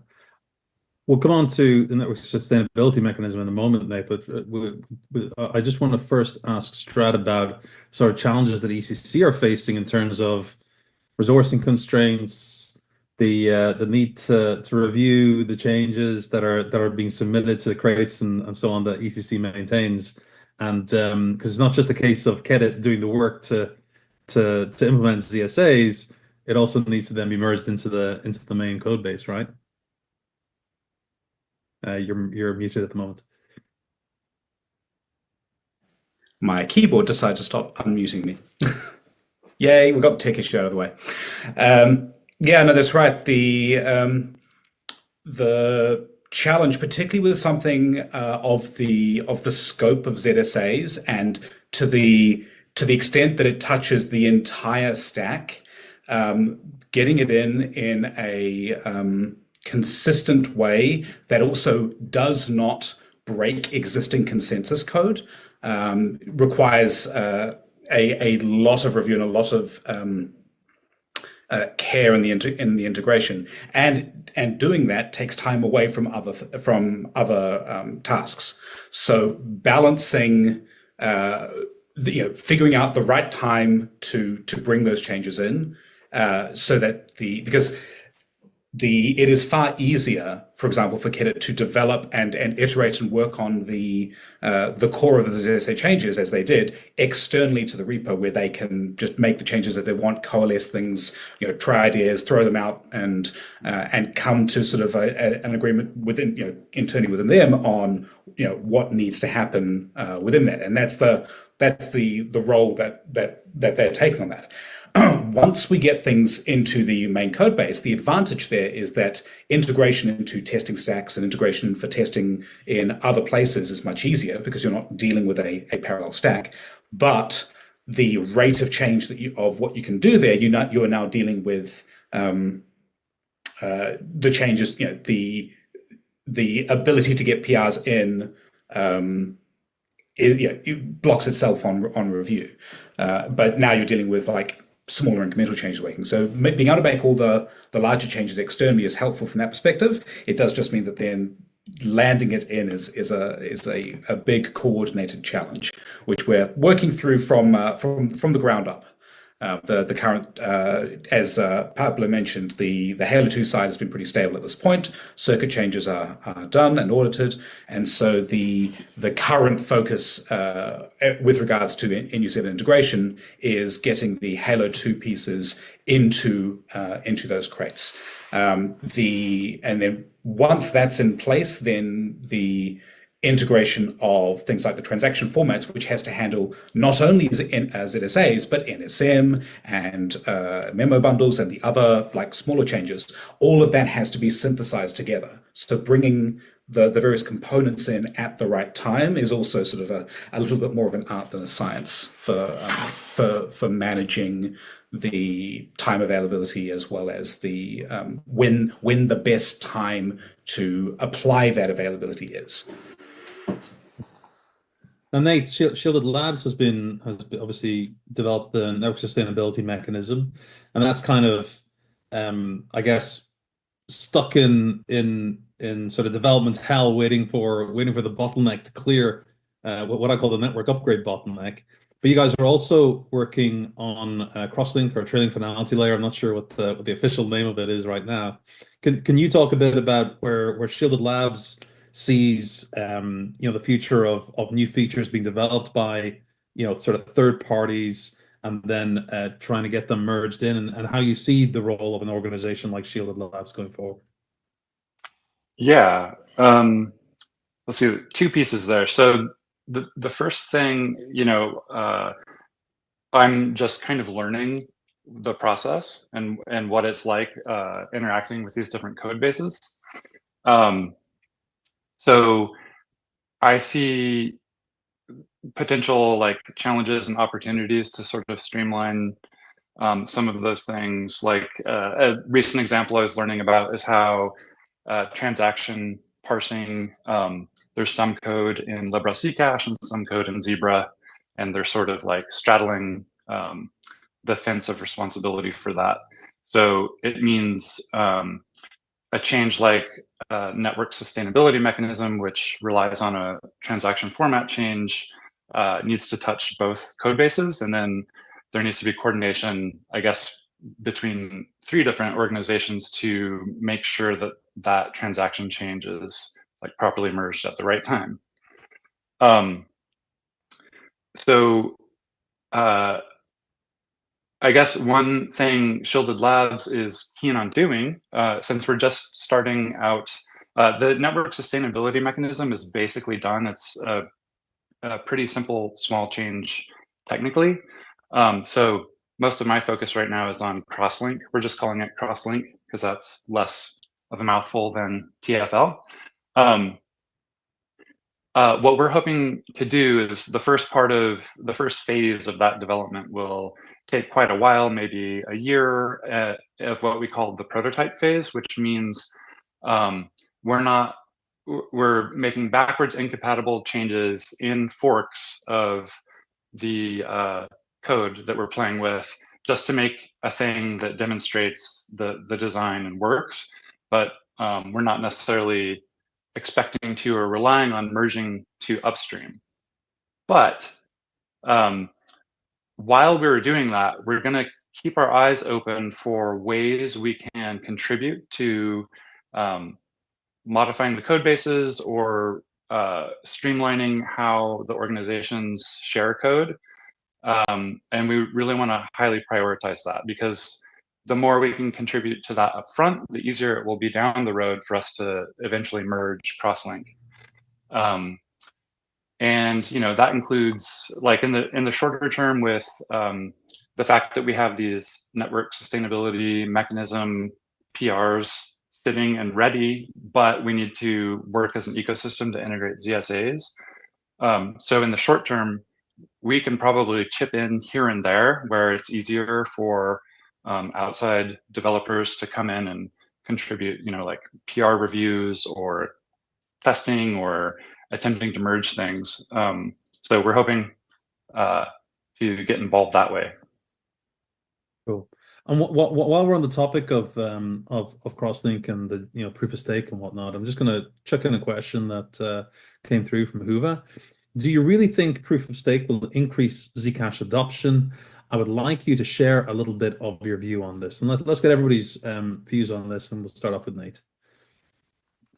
Okay, so I think it'll increase adoption at least somewhat because it's providing two new use cases. So one is staking Zcash to earn yield, and the other is running validator infrastructure, or we prefer to call that finalizer instead of validator because many different kinds of code should be validating things about the Zcash network, but there's like this new infrastructure role available, and it's one that isn't blocked on specialized hardware. So anyone who is interested and wants to run the software and aims to be highly available and so forth can participate in that way. So I think both of those new use cases are interesting, and I expect it'll draw some interest from new users. And what are your thoughts on proof of stake? Is this something you're excited about? Yeah, place to stake. So it gives Zcashers something to do with their Zcash, and you're not paying power costs. So you don't have the downward pressure to spend that you do with proof of work. Will that increase uptake? I didn't say that. I said I'm excited about the potential. Yeah. Sean, what are your thoughts? Well, I've been asked this question many times before, and usually it's what do you think about proof of stake in terms of security of the network and things like that? And my answer is always I don't care. That really is not. I really don't care about proof of stake versus proof of work from a security standpoint. It really doesn't matter to me. Now, I just like Nate was saying, and it's really good. The things it gives people to do, and the involvement that it invites in the protocol, that's really awesome. I think that's good, and also the economic benefits that you get from tying people to long-term to the project, and avoiding, especially if you're able to migrate away from proof of work and reduce the cost of paying miners to secure the network. I think that's I think it's, I would move toward proof of stake just based on those properties alone. So that's my view, but I don't really think too much about proof of stake stuff that much. It does come up sort of in some of the things that new versions of our consensus protocol that can give us better finality guarantees. Proof of stake plays a part of that, so I keep my eye on it, but I'm not too worried about it. Do you think proof of stake can deliver higher throughput? Because it seems like a lot of proof of stake chains have got very short block times compared with Zcash, at least. Do you think that's a potential benefit further down the line? Throughput, I think, is not entirely what. Yeah, it's time to finality. This is the only thing I care about. Everything else can be solved with crypto, as far as I can tell. So there will be. I mean, if you're dealing with crypto, where, like, for example, just as an example, like the validation is super expensive per block, then it doesn't matter how fast your that your consensus algorithm can. This is just a crude example, but it doesn't matter how good your consensus algorithm is if your cryptography can't sustain a million transactions per second, which it probably won't be able to. If it can't sustain that, regardless of what your consensus system is, so it doesn't matter. What proof of what the thing. We should fix that with cryptography and with clever tricks and so on, and I focus on that. But the only thing I need, so heads up, the only thing I need from people working on proof of stake, crosslink, everything else, just make time to finality as low as possible, because that is the real pain point that you can make a difference on, and that's the only one I care about. Arya, what do you think of proof of stake, and how do you feel about merging it into Zebra in due course? Oh, I would be very excited to merge it in Zebra as soon as possible. I don't think it's going to affect adoption very much in the short term, though it depends on how it's implemented. So if it does affect throughput and latency, then it could increase adoption. But in the longer term, introducing finality, I think enables opportunities that will increase adoption. And in the long term, we could work to improve latency and throughput once some version of proof of stake is implemented. So short term, no, long term, yes. Pablo, does finality, is that something that you guys worry about when you're working on things like the atomic swaps and whatnot? Well, finality affects everything, but this is not the most critical part for atomic swap. The thing I'm excited about with proof of stake is the fact that if we relax the requirement for complex hardware, I believe that the user base for running a proper node that validates will increase, and this is very positive for decentralization. In terms of affecting the users, the wallet holders will not be affected. So I don't see not positive and not negative effect, at least in this regard. I do see positive effect in terms of decentralization, which is important. And Strad, Equihash is your baby, isn't it? So how do you feel about putting it to bed? Oh, very happy to do so. Yes, the Equihash was the literally very first thing I worked on when I joined ECC, was trying to build out a proof of work mechanism that that would be sort of somewhat more resistant to ASIC capture than existing things. And so working with Derima and others on the design for that, and then I think I was mostly implementing. And I think we can say that has served its time. It didn't quite do as we intended in terms of those protections, in part because of things that I now very much value, but found puzzling at the time in terms of how we deployed consensus changes. But we were not going to break the consensus rules 2 weeks before we launched, so we couldn't update parameters there. But yeah, I think there are much better ways to approach decentralized consensus agreement now than there were 10 years ago. I think if we had the kind of options that we have now, back when we started, we absolutely would have started with based on a proof of stake system. And you've seen others in the ecosystem that's exactly what they're doing now. I think the finality argument is a strong one for wanting to do this, because the statistical finality you get from proof of work is just not good enough for many systems, unless you can basically be the biggest chain in the room, which really is Bitcoin. Everyone else is sort of has to either amass the same kind of mining power as they do, or do some kind of cross-chain commitment scheme and basically hang themselves off Bitcoin's proof of work to be able to do this, which some side chains do. But I think if you're no matter what you do there, you don't get the hard finalities that you can get in a properly Byzantine system, and that just for the kinds of protocols that people want to build now, that's really becomes a requirement. Well, we talked a bit about Zcash deprecation. We talked a little bit about the sort of the first stage or vanilla ZSAs that are coming. We've touched on the network sustainability mechanism and on crosslink. And I want to delve a little bit deeper now, Pablo, into the sort of future of ZSAs. So in the near term, we're going to be able to once ZSAs are deployed on mainnet, we're going to be able to issue assets just like or similar in nature to ERC20 tokens on Ethereum. But you guys have got bigger plans for as we already mentioned, atomic swaps. Can you talk a little bit about what the path to those features being available is, and for example, does it involve another network upgrade? Yeah.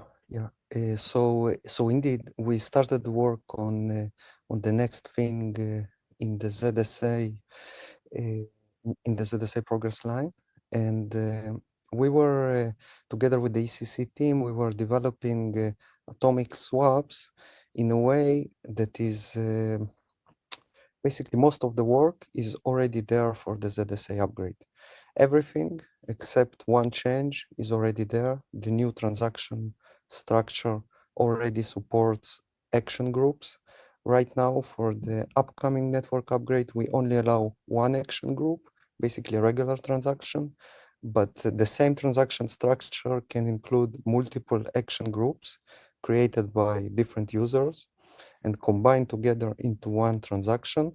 The components are already there. There is one thing that all of us needs to, first of all, conclude the design and then work on the security of this, is a change to authorization signature. Instead of signing the entire transaction, we propose to change it to sign just the action group in some variations, namely just for atomic swap. This piece needs to be finalized for the next network upgrade. For the upcoming network upgrade, except this change, everything for atomic swap is already there. On the side, in Kedit, we are working to, first of all, to demonstrate. So this is a protocol. We need, again, to propagate this through the entire stack and to create some tools, namely to match the transactions. So now we have the on-chain mechanism to settle, but we need to find these pieces of transaction and combine them together. This is a protocol happening off-chain. So we are creating a simplified version of the off-chain protocol to match the transactions. And in parallel, we're preparing modified Zebra version with atomic swap activated the way we see it now. This is happening on the side. But once again, the priority is first ZSA, vanilla ZSA, and only next atomic swap. Yeah. I've got to say, I'm personally very excited about ZSAs because number one, it raises the possibility of bringing other assets from other chains onto Zcash, and Finality plays a part in that because that makes it easier to build bridges between Zcash and other chains. But also longer term, the prospect of effectively turning the Zcash network into effectively a DEX that operates at layer one, I think is particularly exciting. And obviously, as Pablo mentioned, having the price discovery and counterparty discovery happening off chain is unavoidable, at least for the time being. But maybe at some point in the future, we'll look to make that part of the layer one protocol as well. But I wanted to throw it open, see if anybody else had thoughts in relation to ZSAs and whether they are going to be the game changer for Zcash that many of us hope they will be. I know Za, you've talked in the past. You've said that you guys aren't hugely excited about ZSAs. I was wondering if you wanted to elucidate a little bit on that. The thing that really excited me about ZSAs a few months ago, or 6 months ago, last time I poked into the topic, was the DEX use case. And so then when a new DEX option came up with the near swaps, I wanted to revisit, what's the utility here? I'm pretty excited about ZSAs. I am not convinced that they are offering a compelling, as I said when the question was about cross-link and trailing finality, I think there's some exciting possibilities, but I'm not gonna say I think it's gonna be the game changer. And I do think that before there were other DEX options, I was sort of more excited about ZSAs. I'm still excited about ZSAs, and I don't think one DEX option is sufficient. I think the more the merrier. So I'm not all in, but I'm 51% in. Okay. So going forward, I want to kind of open it up and make it a little bit more freeform. So if people want to speak, stick your hand up and we can call on you.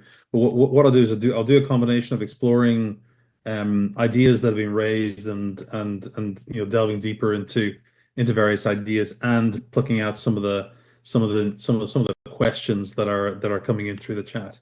Nate. Yeah, I just wanted to offer a tie-in for ZSAs, because earlier I mentioned the network sustainability mechanism, but just in the context of it being implemented and relatively simple. But I'm excited for its potential as being something that can complement any other features that might generate fees.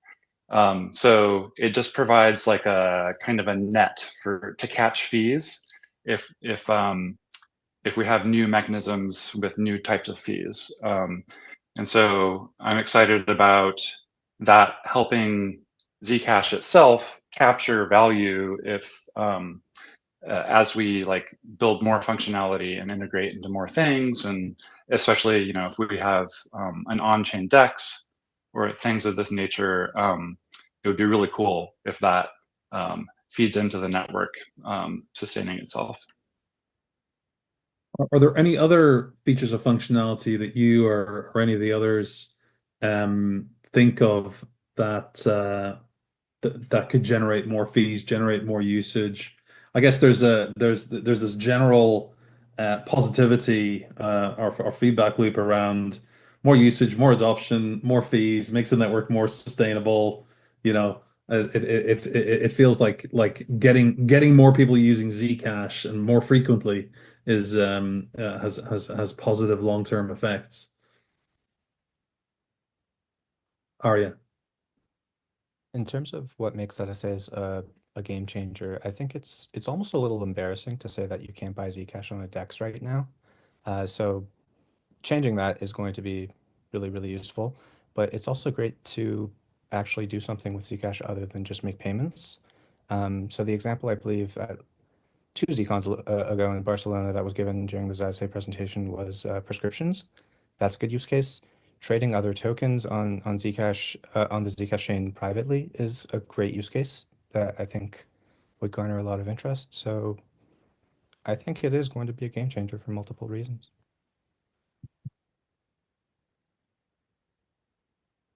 What about other ideas for adoption? Somebody in the questions has asked, is the integration of smart contract technology planned in the future? Why yes and why not? So programmability is something that I've personally expressed support for, but it's been more of a longer term vision for ZF because of the need to first of all build Zebra. And we've sponsored some research, and during the last ZCon there was a presentation about the results of that research. But let me turn to Strat, who stuck his hand up as soon as we mentioned that.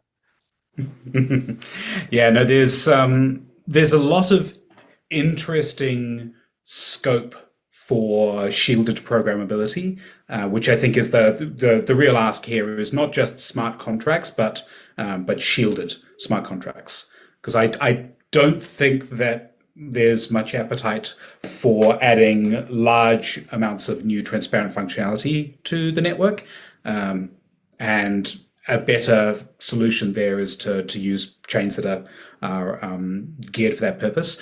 On the topic of shielded smart contracts, I think the biggest thing that is helping to enable us in this direction is the move towards Orchard, because the fact that we can now just, as we're seeing with ZSAs, we just recompile the circuit. It still requires a bunch of work to design the circuits and implement an audit and everything. But the fact that we can just do that and not have to also pin ourselves to parameters for every single upgrade is a large enabler in terms of enabling us to try new things out. There's a lot of work that's been done in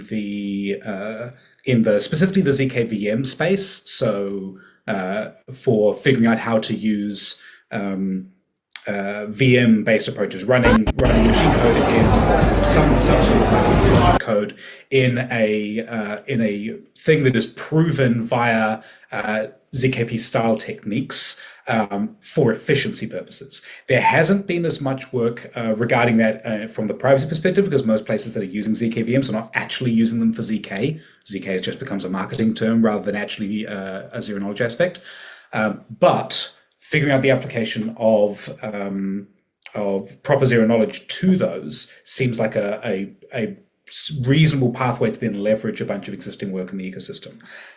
That being said, you also have the fun things like the recent paper that came out around attacks on fiat Shamir, showing that when you have these general smart contract systems or general computation proving and checking systems, you run the risk of breaking your proving system if the thing that you're proving can implement the proving system itself inside its own code, which is it's such a hack, and I love it. The paper is wonderful. But it essentially is showing that, like, in terms of the cryptography pieces that we're using to build our stacks, we're definitely still pulling at the edges of what is really possible to do with the pieces, with the components that we have. And there's still a fair bit of research to be done to figure out sort of decent, good, safe ways to do this in a system where we want to also ensure privacy, and therefore you're likely to not know what contracts people are depending on and whether or not they contain those kinds of problematic code. John, you I remember quite early on in Zcash's life, you came up with the concept of pay to verification key, which was I'm not going to say straightforward, but it was an implementable version of simple programmability for Zcash, but we never actually moved forward, with that. Can you talk a little bit about what the reasons for that were, and why, for example, now you're more interested in scalability than in looking at programmability? No, I just think that it was a matter of well, for me, the reason why I started working on pay to verification key wasn't because I sat down and said, oh, I really like programmability, I'm going to spend some time working on this. It was actually, I think at the time, we were doing some things with Grot16, trusted setups and stuff, and we were trying to build new snarks based on Grot16 that had a property called simulation extractability, and we were toying with different ways that you could get that technique. It was just unrelated to programmability. It's just like a silly little game with cryptography. It's not really that important. What is important is that there are these things you can do with those style of zero knowledge proofs. You can basically re-randomize them without seeing them. And you can also do similar things with the programs themselves that you end up, or the predicates that you end up proving that you satisfy when you spend some money. And when I noticed that and saw some just simple tricks, I just said, I'll just post about the idea because it was so obvious to me. And it is obvious in retrospect. I don't really think it's that big of a deal. We can totally do things like that. Obviously, that the pay to verification key thing, together with some of the other work that I did, kind of, I guess, inspired Zexy, which that was cool, and that's been going places as well. The state of the art in cryptography right now is so beyond what it was back then. We can do all of this stuff, and it can be very efficient, actually way more efficient than we could have dreamed back then. So maybe this whole discussion actually has me a little inspired to go back and think, ooh, have I learned anything in the last few years that I could revisit the programmability discussion and see if there is something really simple and really cheap that could be changed about the protocol that doesn't interfere with scalability, because that's important to me, but also. Yeah, I was about to say, you said cheap, and by cheap you mean that it doesn't involve huge computation or taking up a lot of space on the blockchain. Yeah, and I think that's easy though, but because when you're dealing with expensive computations in protocols like these, and you want to make your protocol efficient or resistant to, or you want to mitigate potential performance issues that have to do with performing computations, we've already solved that problem with like recursive proofs and stuff for the most part. So I'm not even remotely worried. If there's a problem in the protocol, a scaling problem that you can just outsource to somebody else and they can create a proof that they did it right, then that solves your problem. It's just a matter of engineering at that point. So yeah, that's my thoughts on programmability. Cool. Well, of course, none of this stuff is straightforward to do, and when it comes to merging it, we have that network upgrade bottleneck that I talked about earlier. I want to call on first Arya and then Strad, as zip editors, to talk a little bit about how you guys think we might be able to remove that bottleneck and look at being able to get new features deployed quicker. Because if we're sitting here talking about functionality that is exciting today but might not be deployed for 3 or 4 years, then we're not in a great position. So Arya, do you have any thoughts on that topic? I think the best thing that we could do is increase the pace of zip editor meetings. Just make them longer, make them more frequent, do multiple in parallel by adding another zip editor, splitting into 2 groups. Because so far in NU6 and NU7, it's taken a shockingly long time to go over everything and make sure it's all reviewed. Much longer than actually implementing the changes that were needed. So. Let's try to, any thoughts on that? That would definitely help, although the meetings already go long because there is just so much zip editing to do. And because we're all relatively overloaded on the rest of our plates, it means that the zip editing mostly happens in the zip editor meetings. But yeah, in terms of the integration side, we had some discussions in Iris calls and previously about ways in which we can better accommodate changes in the code base. So getting back to the topic of like review integration, I mentioned earlier how it is easier, more flexible to sort of develop everything outside the repo and then bring it all in one go, but that does create a large review burden. The flip side currently is that if you're trying to do things incrementally within the repo, you as the person contributing changes have to be far more careful about how you make those changes because you are potentially interfering with and having an effect on consensus code. And consensus breaks are just they're our equivalent of the Linux kernels. We must not break the user base. In our case, it's we must not break consensus. And so dealing with that is probably the main thing that I've been thinking about in terms of how to speed things up. And getting some practice in and getting some usage in with flag, conditional compilation and feature flagging things within the Rust ecosystem, done in the right way, which is the thing we're still sort of working out with this first big push of NU7 integration. I think will mean that we could potentially move to a model where changes that are being tried to be iterated on get merged earlier, but in a way that is completely segregated off from the rest of the code.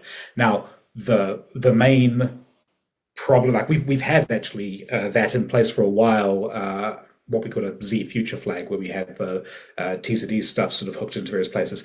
And generally what was happening there was we ended up in a situation where either we were paying a maintenance burden for maintaining this code that was still like, well, we may never use it, but it's there, or we would forget that it was there and be going off and do maintenance, and then it's now broken. We have to revisit it.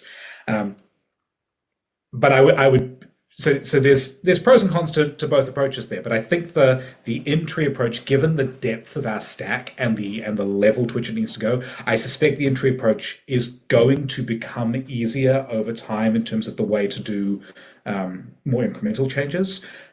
We just need across everyone who's coordinating there, a consistent view and approach of how we manage that, and then who is at what times responsible for maintaining the things that are not currently part of consensus. You talked there about the sort of coordination challenge, and I want to throw this open to the group, but maybe I'm going to pick on Za first. How do you think we can improve how we coordinate development across the different teams that are involved in, for example, at the moment, building the replacement stack for Zcash in order to get things moving quicker and to be able to coalesce around specific deliverables for a future roadmap. Well, I guess I kind of want to have a baseline. Like, how do we know we're not at some kind of optimal velocity right now? So my first thought is if we had some kind of frame of reference that we could calibrate against. And then another thought, and this is just generally my opinion, is that the more observables we have about the state of the system, the better we're going to be able to coordinate. The social layer stuff is sort of secondary to knowing what we're actually working on. So I'm a big fan of focusing on test frameworks, testing. I think testing will have knock-on effects that are increasing our velocity across teams. And Pablo, from Kedit's perspective, how do you think that as an ecosystem we can improve third parties like Kedit's ability to join, integrate into the ecosystem, and then be able to deliver new functionality into the core protocol? So from our experience, maybe we should include another step of high-level design, because when we started the ZSA work, some of the features that are expected to land weren't there, and they appeared much later at time. If we could have been able to see it in advance, stuff like memo bundles and other changes to the transaction structure, we could have adapted our implementation in advance instead of doing these iterations of fixing and then fixing again and again. Maybe we could benefit from top-down approach for planning, not just one network upgrade ahead, but two network upgrades ahead would be beneficial, I think, to the entire ecosystem. Useful feedback, given that we're currently struggling a bit to figure out exactly what's going to be going into the next network upgrade, let alone two ahead. I'm gonna return to the questions coming in from the audience. And there's been a few questions about the integration or partnership with NIM and how we think Zcash should tackle the network traffic privacy challenge, or TOR, or NIM enough. And do we consider the integration with NIM a necessary integration for transactions on the Zcash network?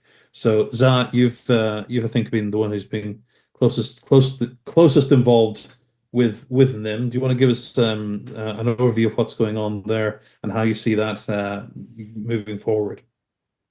Yeah, so the Zyno stack, the indexer proxy component that Zingo Labs is primarily responsible for, has on its roadmap, if we continue to get funding, plans to integrate NIM, which is a packet layer anonymizer, into the network across the different components, with the exception of between, I guess, do we call them finalizers now, between the validators that are consenting on the blockchain. But all of the ingress and egress we plan to run over the NIM network, and I'm skeptical about the privacy guarantees, or the strength of the privacy you get from Tor, because it's known that a global passive observer who can see all the ins and all the outs can then correlate and de-anonymize, and it's known that the NSA monitors the whole network. So I think a packet layer anonymizer, I could talk a little bit about what that means, but I think a packet layer anonymizer is necessary for Zcash to fulfill its privacy goals. Okay. Nate. Yeah, I just wanted to call out, Zaw, you mentioned not integrating NIM with finalizers, but one reason I like proof of stake, there's a bunch of different trade-offs with different technologies, but in terms of proof of stake versus proof of work, proof of stake is really interesting to me because it doesn't require a lot of resources. So if it's possible to run proof of stake infrastructure with network privacy, it makes it much harder for people to use force or coercion to shut down the network. Or if you imagine there's a jurisdiction that like outlaws doing that, it's feasible for whoever is in that jurisdiction to migrate out of the jurisdiction without much difficulty in migrating their infrastructure. So I think that's a powerful intersection. So I just wanted to call that out. Right. Yeah, no, network privacy is definitely required for the full stack to be present, and in terms of providing privacy, the focus obviously of Zcash has been on providing the on-chain privacy, because that's the bit that you can't, if to adversaries who haven't captured the network traffic, the on-chain privacy question is like that's what they use to analyze. Now, certain adversaries do capture all network traffic because they can, and so if you're trying to defend against them, well, you then run into the problems of, if you are a global passive adversary, do the network privacy solutions that exist even fully help there? The thing to consider here is just who is the adversary that you are attempting to defend against, and is the solution that you're putting in place sufficient or necessary to meet that adversarial goal? So, for example, the stuff that we've currently deployed in added support for in the Zcash Rust crate stack of connecting to Lightwallet D servers over Tor, Tor does not defend against a global passive adversary who can trace all network traffic at all times. So it doesn't help there, but it does help significantly against defending against, for example, malicious Lightwallet D operators or people who are able to sniff their network traffic. So it's still helpful to bring those in, even if they don't serve all of the network privacy goals that we have. And I want to give a shout out to ZCG here, because the funding that led to Tor being able to build ARTI is the reason that we now have like Tor support in the Rust crates, because there weren't options to be able to bundle that kind of thing before. So I'm very glad to see that being a thing we can use now. Just getting it through the Rusts and the Swift and Kotlin stacks is a challenge, but we're getting there. And I'm very excited to see them get to that position within things as well. So then for the things that it works best at, which, in terms of involving padding traffic and involving the things where it is better suited than Tor for defending against, we will then be able to put traffic over those where it makes sense. And so with NIM and this general topic of network level privacy, do you think that at some point, and obviously this is at some point in the future rather than anytime soon, I think, but do you think we should be thinking about doing a tighter integration between Zcash nodes, Zebra sort of thing, and a network privacy solution? Or do you think it's sufficient to rely on a separate solution like NIM?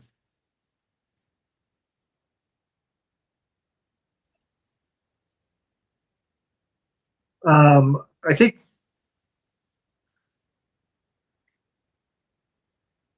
think partnering with the other communities in the privacy space has benefits that have their own benefits versus taking on that task ourselves. So I think that, specialization of function, it's an interesting question I haven't considered before. And I'm not sure exactly what tighter integration looks like, but setting those aside, my answers are, I think tighter integration between communities, privacy communities, is definitely something that, I'm in favor of. Maybe I want to swap my near token. I want to atomically swap my near Zcash tokens in ZSAs. So maybe I want to integrate in that way. Regarding the different use cases that Strahd was talking about, certainly for stringing lots and lots of blocks during like a sync operation, NIM might not be optimal. And also, just to pop all the way back to Nathan, regarding the traffic between the finalizers, that is something that maybe we could eventually run over NIM. It's just not something that Zynga Labs has currently gotten into its bailiwick, because the finalizer to finalizer traffic isn't something that we needed to take responsibility for our first mandate of replacing the, sort of the interface from outside of the core consensus nodes to the consensus nodes themselves, right? Because we came from this wallet perspective. So we're not opposed to traffic between consensus nodes being private. We just haven't come from that direction. Yeah, so I think that is at least an attempt to answer all of the concerns I heard.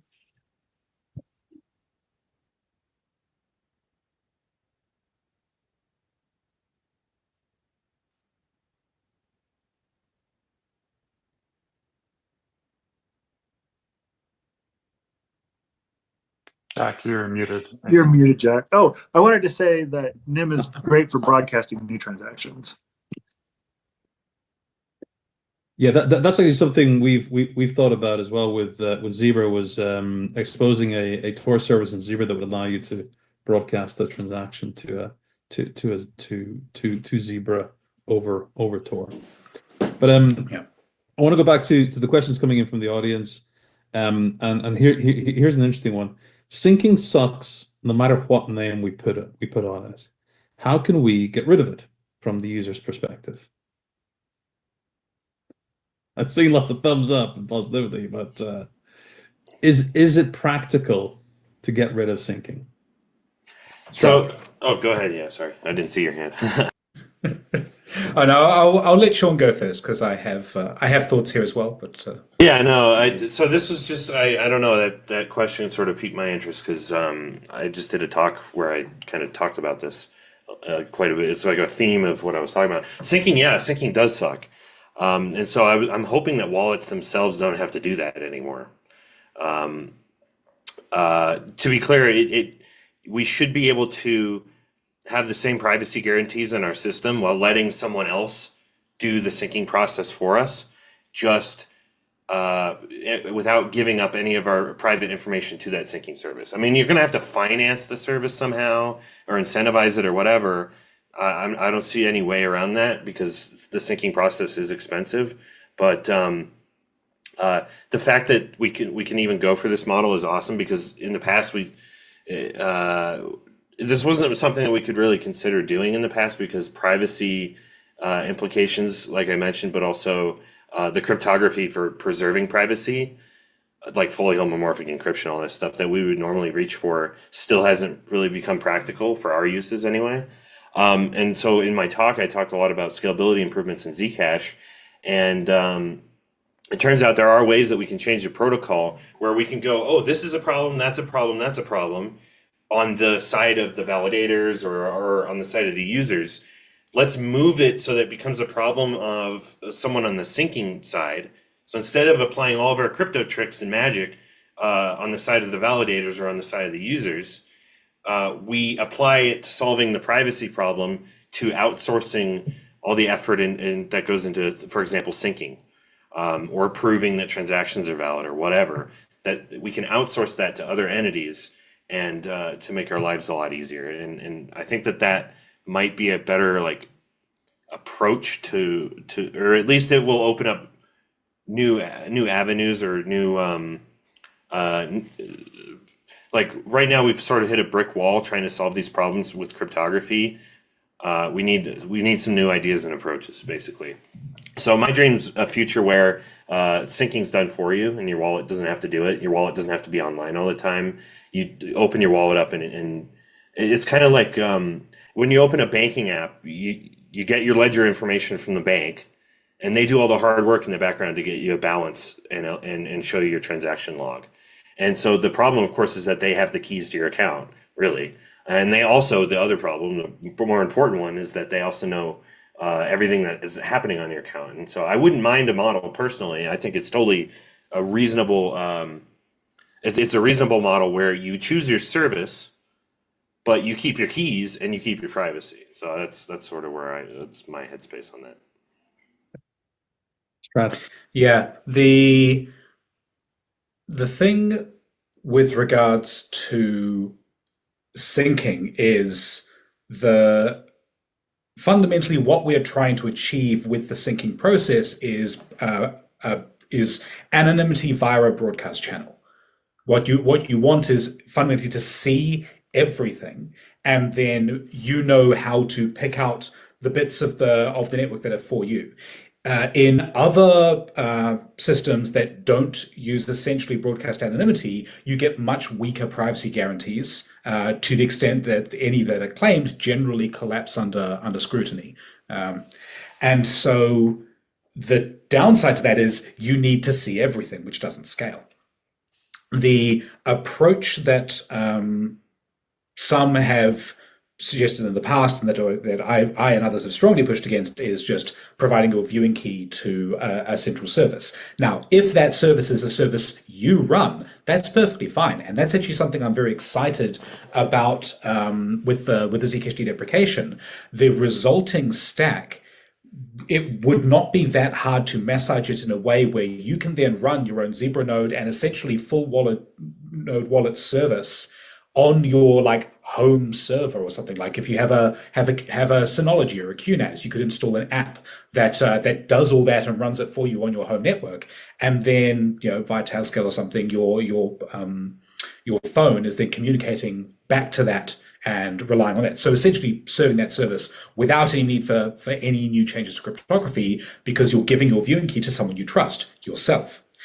If you want to get to the point where you're doing the equivalent of something like that to someone that you don't trust with your privacy, that's where I haven't seen Sean's talk, but I'm interested to go and see the things he came up with and was presenting there. Ideas that I am aware of are things like fuzzy message detection and ideas along that route, which are basically attempts to give you they leak some amount of information to the server doing detection. They learn that you are within this particular subset of the network rather than specifically what transactions are yours, but they do still learn some amount of information. And so if the holy grail is is a technique that lets them essentially do the exact same pick things out as they're going process, but where they don't learn that any particular pick out actually updated the state that they're sending to you. And if there's ideas around ways to do that that don't rely as heavily on homomorphic encryption things, then I'm very excited to hear those. Have you looked at oblivious message retrieval at all?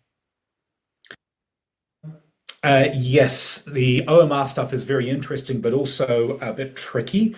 Oblivious message retrieval and sort of the general schemes of private information retrieval are very commonly used in private, enterprise in commercial businesses. Pretty certain that Apple and Google both use them in various cases. And the premise there for those who aren't aware is that the server has a database and the client has a query, and the server shouldn't learn what the client's query is, and the client, in some cases, the client shouldn't learn what the database is. We don't care about that in this case. The main problem we have is that the database is always changing and always updating. Most of these deployments of OMR or private information retrieval schemes rely on the ability to do a bunch of pre-computations. and on the state of the database to then run the operations with. And for an ongoing chain, that becomes very costly to do and hard to keep up. There have been some interesting PR and OMR schemes in the last couple of years, though, that in terms of improvements to efficiency or different ways to sort of like split up how things are done, such that one place that I am interested to use this is to see if we can use it in nullify detection for spend detection. So it's the other way you could take this syncing discussion, is splitting up the things you care about syncing and applying specific technologies to make those more private and efficient. You could definitely talk with Sean then about that. Yeah, you should probably check the talk guide. Aria. So I think it would be really nice to just host the service on your own computer and access it via Tailscale. But if you want a paid service, you could just deploy the same thing to AWS or Google Cloud. And it would provide a much better user experience than what we have currently with wallets. With the downside that then AWS is able to seal your transactions. So if you're willing to pay that cost, if you're willing to, for whoever is hosting that service, to one of their engineers can go in and have a look, or anyone who's potentially who is running on the same server host, because you're just one VM of many, anyone who, using like cross VM speculation attacks, of which there are many, and that's a fertile ground for information research. If you're willing to operate in that environment, then yeah, that's probably better than paying for someone who advertises themselves specifically for this service, who could then just be collecting viewing keys. Because once you've given out the viewing key, you can't revoke that capability. What's that phrase? There are no solutions, there are only trade-offs. Aria. You could do it with only part of your funds and take the same sort of risk you take when you put cash in your wallet and walk out the door. And you might lose that money. You could lose that money to AWS as well, but as long as it's just what you need when you're walking out the door, then it should be okay. It's not a question of loss of money, because you're not putting the spending keys on there at all. It's a question of loss of privacy. And so to some extent, that would almost be worse, because that would imply that this is the wallet you're using for your daily transactions, for your active transactions, and therefore has the most activity on it. You're right. I'm gonna pick up a question that's coming from the audience about liberated payments. Since liberated payments require a direct connection between sender and recipient, doesn't this impair sender anonymity? And I wanna link this a little bit to a topic that Zha wants to talk about, as he's raised his hand straight away, around messaging. And I also want to ask Sean to chime in after Zha to talk about something that he said during his talk, which was so interesting and so apt that I noted it down, which is all in-band secret distribution needs to be removed from Zcash in the future. You need to learn about your notes out of band, and nobody can use the blockchain efficiently as a messaging channel. So with that, let me turn it over to Zha. The messaging use case might, I don't think it would entirely migrate off chain. Let me lower my hand.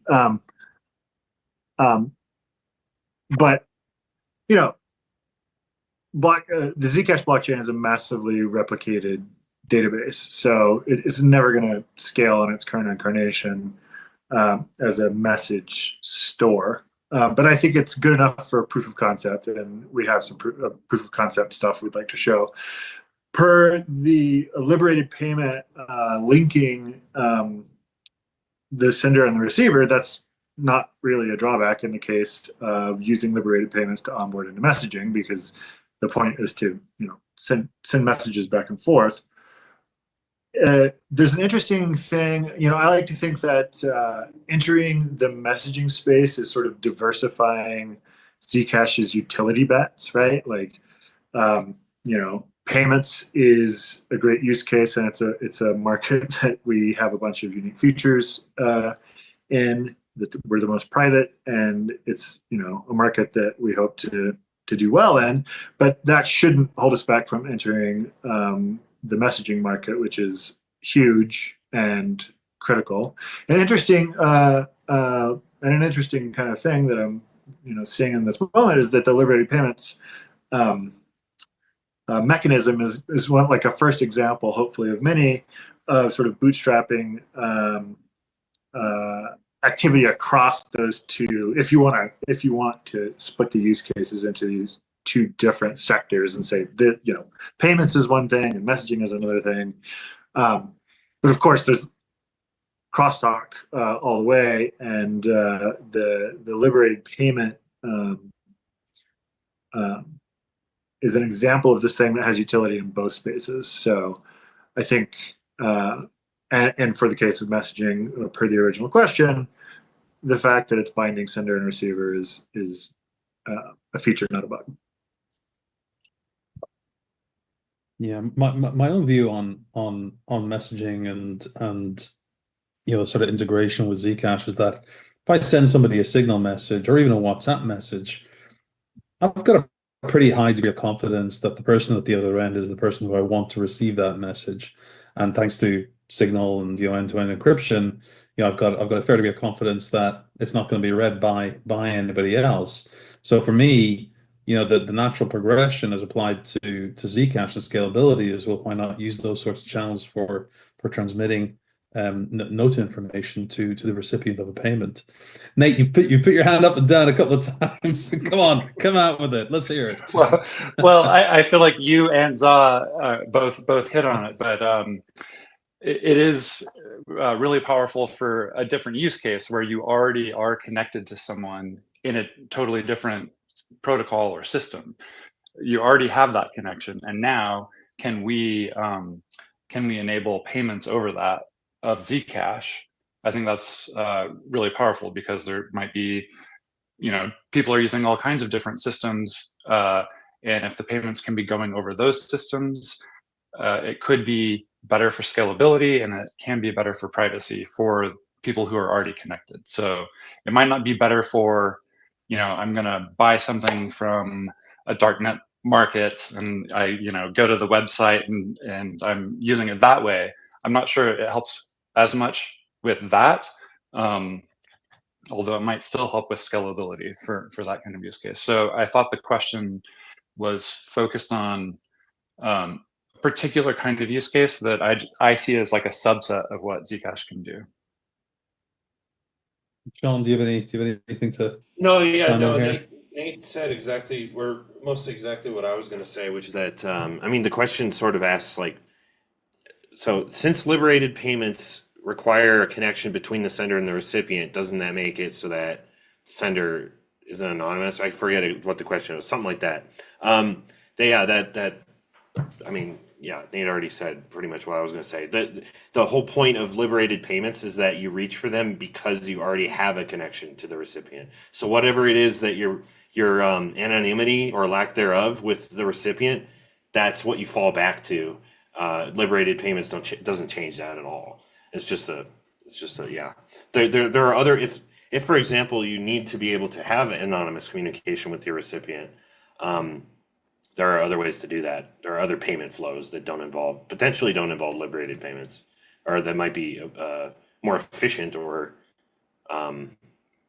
yeah, whatever. There's other payment flows that can establish that anonymity potentially. Right. Yeah, and to build on that, the purpose of a payments network is to essentially mirror some kind of social graph in terms of and mirror that in financial flows. So if you already have a social graph to leverage, being able to route the payments directly along those edges of the social graph means that you don't even need to worry about someone who is trying to analyze the on-chain behavior, because the actions aren't on-chain, if you can avoid that. And this ties back into the making syncing better as well, because if the sender of a transaction has given you the transaction directly, you don't need to scan for it. You know it. And there's tricks we can do in terms of for the recovery from seed case to make recovering state better, mostly centered around either like, while we have on-chain storage, storing stuff on chain, or just more more resilient backups of in your own personal backup cases.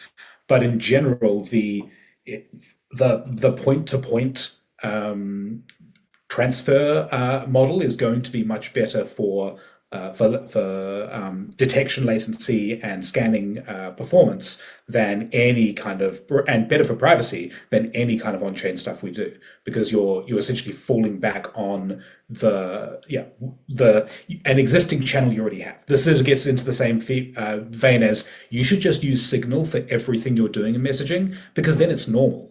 Your network traffic doesn't belie the fact that you're sending around Zcash transactions. You're just messaging with your friends. And if there happen to be Zcash transactions conveyed within that, then great. Nate. Yeah, I totally agree with everything. Like, I feel like we're all on a similar page here, but I do want to point out that, syncing sucks in Zcash, but the reason there is syncing is because it's providing an anonymous broadcast feature. And that's actually pretty rare in technology. So that is valuable. And I think, we should be thinking about ways, when we're talking about, like liberated payments and scalability, there's still potentially a lot of value in anonymous broadcasts. So maybe there's still a system that can provide that. Maybe it's not a Zcash system, or maybe it's a Zcash system. Either way, it could be integrated with Zcash, because that does address certain use cases, and it's pretty elegant for those use cases. Cool. Yeah. Well, we're very close to time now, so I wanna wrap it up with a kind of a final sort of 30-second response from everybody to this question. We're going to do it in reverse alphabetical order, so we'll start with you, Za. If you were appointed the benevolent dictator of the Zcash ecosystem, and you could persuade or instruct or order every organization in the Zcash ecosystem to work on a single sort of deliverable or project or what have you, and assuming that ZSAs, vanilla ZSAs and the NSM have been delivered and whatnot, and assuming that the funding was all sorted, what deliverable or project or feature or protocol level functionality what problem would you want us to solve and focus on? Za. I definitely don't think there would be one problem that I would advocate for everyone to focus on. I think that reality can be a snarly, surprising thing, and I think I would dictate that we should diversify our bets and have multiple threads of R&D and innovation going on, so that some of them can fail and hopefully some of them will succeed. So I would say I would put all my money on diversifying into more than one thing. So basically what we're doing at the moment. Yeah. Strad. Get rid of the transparent pool. Short and sweet and to the point. Sean. I was going to say what Za said, but then Strad mentioned the transparent pool, and I remembered how much I hate that thing too. So I don't know. I think that it's awesome that people are working on a ton of things in Zcash right now that I don't really even care about myself. Like, I don't really care about ZSAs that much, but a lot of other people do, and that's awesome, and it gives them something to work on, and it's involved with Zcash, and I will admit there are very compelling use cases for it, and it's I've been convinced of that, but I'm not passionate about it. I would not want everyone focused on a single problem. But to get to the spirit of the question, which is mainly not should everybody work on the same problem, it's mostly like, what problem do you think maybe to get at the spirit of the question you're asking, like what's something that we're not working hard enough on, one particular thing that maybe we could put more resources into. Let me think for a sec.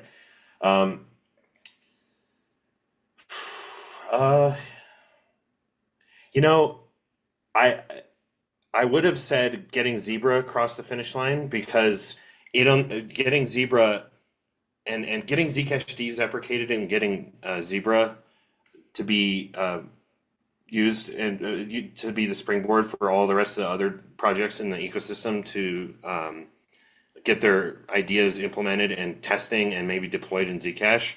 That I would have said that, but we're almost at that finish line now. We're getting close. I mean, I don't want to jinx things because there's still a lot to do with deprecation of Zcash, for example, and but I would say getting ecosystem partners, getting miners, getting exchanges and stuff to actually somehow getting them interested in updating and getting away from Zcash as fast as possible is probably the thing that's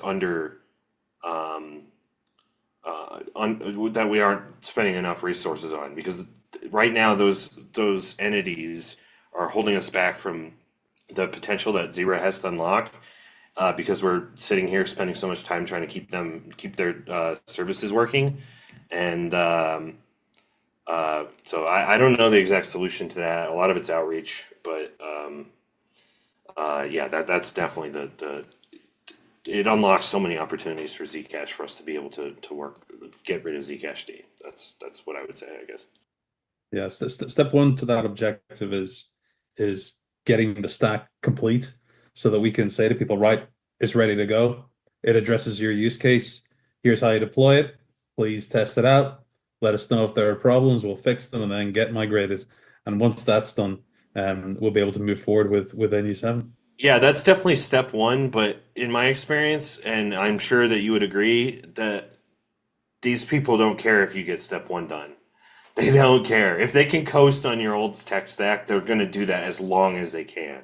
And that's really frustrating, but it's just reality. But getting step one done is a prerequisite for, you can't go to step two without getting step one done, It's a hard prerequisite. You can't get people to migrate off Zcash D if there's nothing for them to migrate onto. So, I totally agree. So, yeah. Pablo.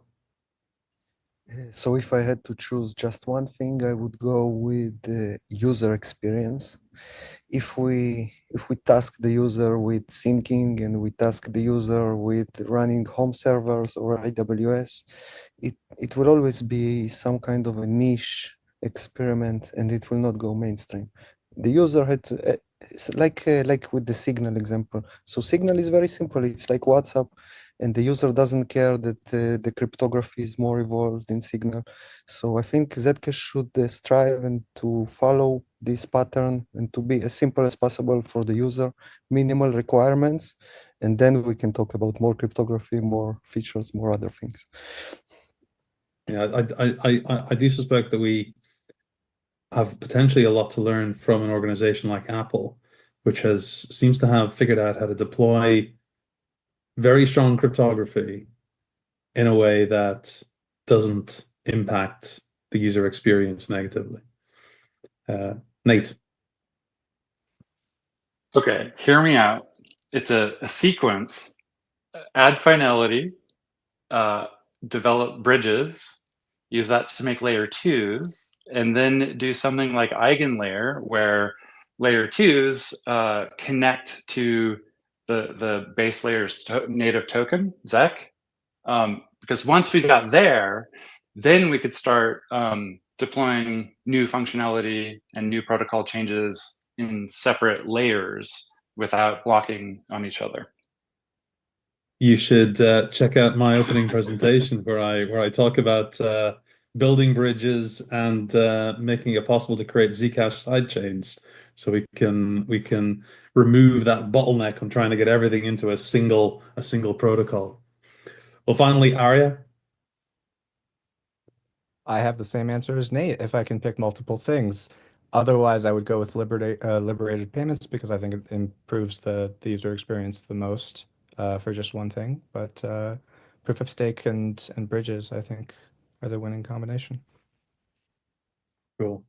Well, we've been talking for over an hour and a half, and I feel like we could keep on going for another hour and a half quite easily if people didn't have to take bio breaks. But if you're watching this and you're interested in these sorts of discussions, then I would encourage you to point your browser at zcasharborist.org and get those arborist calls into your calendar. That's where the core teams come together to discuss changes to the protocol, coordinate network upgrades and stuff like that. And that's the regular place where these sorts of conversations take place every couple of weeks. And all of those calls are recorded and uploaded to YouTube, so you can go back and watch the history of them all. But for now, I'd like to thank all of the panel participants for setting aside such a big chunk of time out of their day, and we'll leave it there. I think next up on the agenda for ZCon is a presentation from ChainSafe. But for now, we'll say good night, good afternoon, good evening, wherever you are, and thank you all.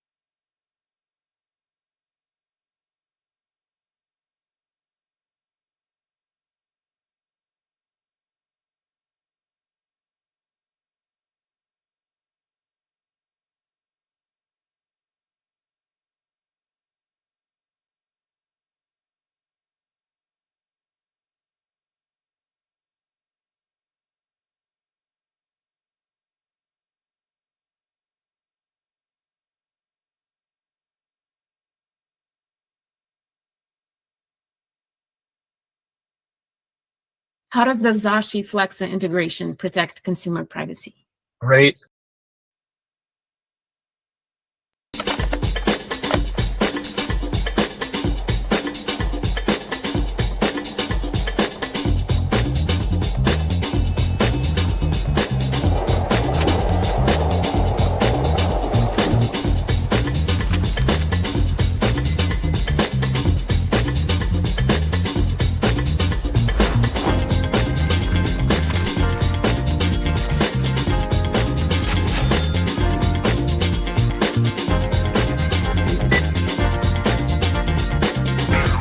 What's the word? Impact. Such a nerve. The big city and the suburb. Come on. With impact. Give me that impact. Need a little impact.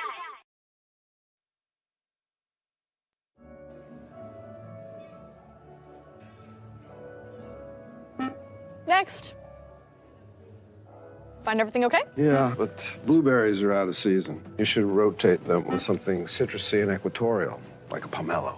You sure do know a lot about horticulture, David Duchovny. Duchovny.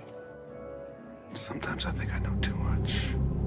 Are the chupacabras real? Huh? Have you touched an alien? Oh, God. Has an alien touched you?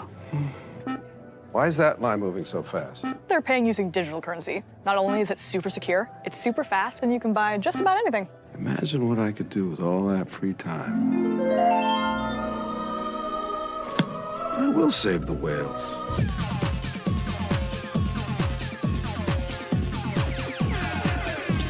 Behold, I've done it.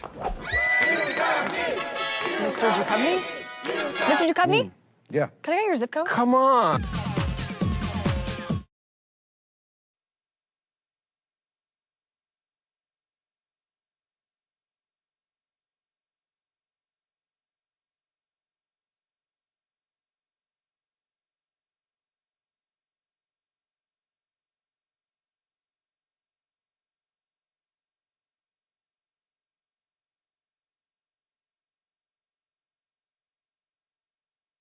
How does the Zashi Flexa integration protect consumer privacy? Great question. So wallet developers today have a number of options when it comes to enabling payments for their customers. They can enable payments at merchant locations that would natively accept a particular chain like Zcash. They can enable payments by setting up a credit card or debit card partner, or they could use something like Flexa. Of those, the native payments are probably the most onerous and the most precarious. It makes for a number of different compliance and regulatory questions that I think are still unanswered, both on the merchant and the consumer side. The credit card and debit card approach is the most privacy invasive. All of us who have signed up for a debit or credit card know all the information that we have to put on that credit card application form or the debit card bank account opening form, and it is onerous. Who's your spouse? What's your social security number? Where do you live? What's your full legal name? All of this information gets collected and then gets stored and used against all of our future payments. What a lot of people don't realize as well is some of it is actually encoded in the card itself.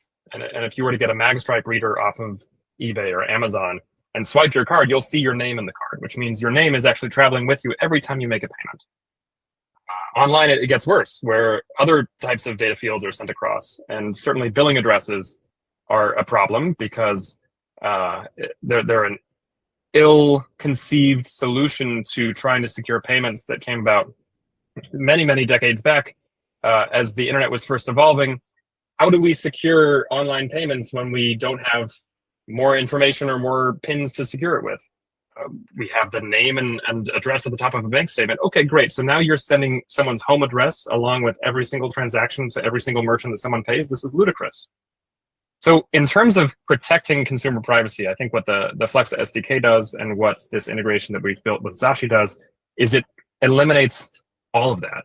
There is some information that Flexa is legally required to collect, and we have gone to literally the laws themselves to parse out exactly what is the minimal amount of information we can collect on behalf of a customer. We collect that, we keep it, we don't do anything with it other than what we're legally obligated to do, and we certainly don't share it with Zashi or with UCC or with any of the merchants you pay.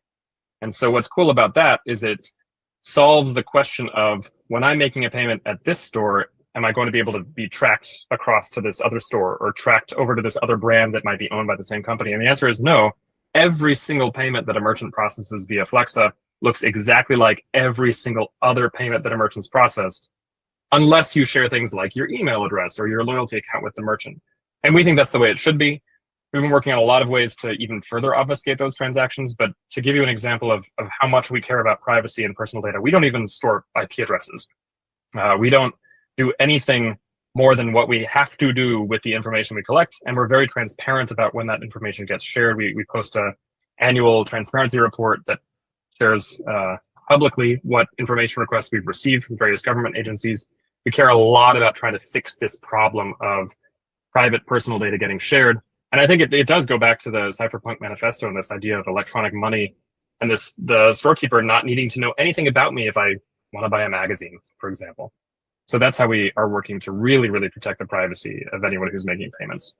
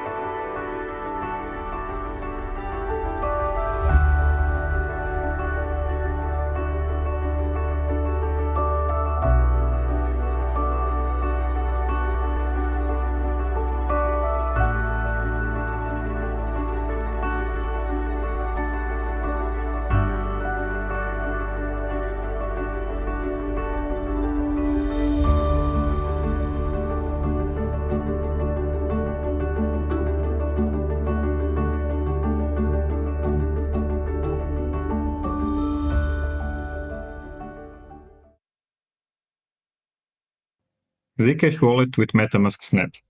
Topic of this presentation is about how we're building a browser Zcash wallet using a WebZJS and MetaMask snaps. First, to introduce myself. My name is Ivan Rubido and I come from Zagreb, Croatia. My Web3 developing journey started in 2019 at Node Factory. Since 2021, I've been a part of ChainSafe, and throughout my career, I've been working on MetaMask snaps for Falcon, Polkadot, Near, and Alien. First, just a few words about WebZJS. WebZJS is a JavaScript library for Zcash wallets. It was built by creating an in-memory storage backend using a lib-rust Zcash compiled to a WebAssembly. The wallet state is stored in memory, but can be serialized for persistence. In case of Zcash Snap, it is stored in browser in IndexedDB. It connects to a service LightWallSD, which retrieves chain data without compromising anonymity, providing it's used correctly. MetaMask Snaps is an open-source system that safely allows extending and functionality of MetaMask. A snap is a JavaScript program run in isolated and secure execution environment. This is a sandbox environment and runs secure ECMAScript. Secure ECMAScript acts as a more severe form of JavaScript strict mode. By default, Snap has no capabilities. It must request permission from user at installation. Snap communicates with MetaMask using a Snap API. And Snap can also implement its own JSON RPC API, which then it communicates with the dApps and other snaps. Here's a diagram showing how it all connects together. You can see the snaps are in its own environment. They can talk to each other only if user allowed, and they're talking with JSON RPC to MetaMask and the dApp it's using the snap. Now let's see how it all works for Zcash Snap. To get the unified spending key for the Zcash account, we use WebZ.js and the seed derived from MetaMask account. It is done by calling a snap get BIP 44 entropy RPC and a coin type of 133 for Zcash. Here's a diagram showing how all entropies for snaps are derived from MetaMask seed. This is the Zcash Snap API. These three RPC methods are the most important ones. We get the get viewing key, which returns a unified viewing key. We get the set birthday block, which sets the block from which web wallet starts syncing the chain. And then there's sign PCZT, a partially constructed Zcash transaction. And this one I'll talk about a bit later. It's very important because we don't expose the unified spending key to the web wallet. Now I'll show you a quick demo on how Zcash Snap and wallet connects and how it syncs the chain. First, it asks you permission to connect, then it shows you permissions you have to agree on if you want to use the Zcash Snap. Then you're installing it. Just upon installing, this is an optional block height at which the web wallet will start syncing. So in this example, I took a birthday block of this account to display you the syncing process and how will this display balance. This syncing process is a bit sped up here. If for this amount of blocks it took a minute and a half, and with some magic editing it's done in seconds. Here we can see a transparent and unified address of the wallet and the transfer balance UI. As we see, it's still syncing. It will WebZ.js will continue to sync while the dApp is open. Here's a diagram of partially constructed Zcash transaction implementation with Snap. First, PCZT is created and proved in web wallet, and to sign transaction we use Snap RPC method. For the signing of transaction, unified spending key is required, and that is why we do this in Snap environment. This is comparable to how hardware wallets work. Snap RPC will alert the user and ask for permission to sign. Once signed, PCZT is returned to the web wallet and sent with WebZ. This part will soon be merged, and Zcash Snap will go through MetaMask audit and will be included in MetaMask Snap directory. Thank you for listening to this short presentation. We're excited to bring this wallet to life and expand Zcash ecosystem.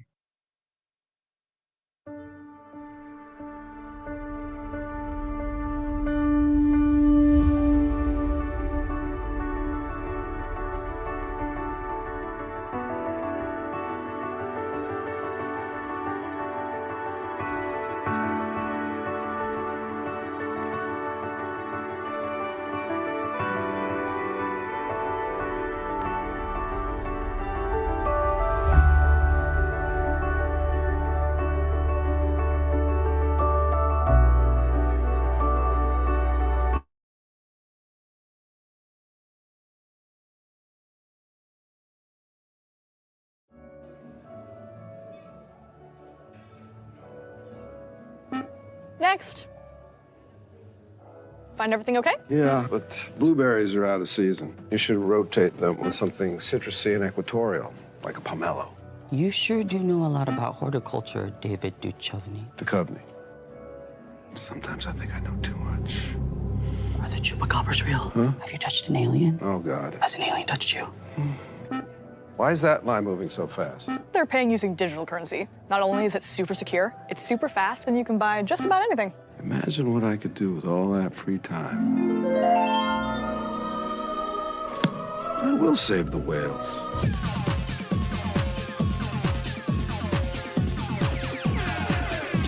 Behold, I've done it. Mr. Jacoby? Mr. Jacoby? Yeah. Can I get your zip code? Come on.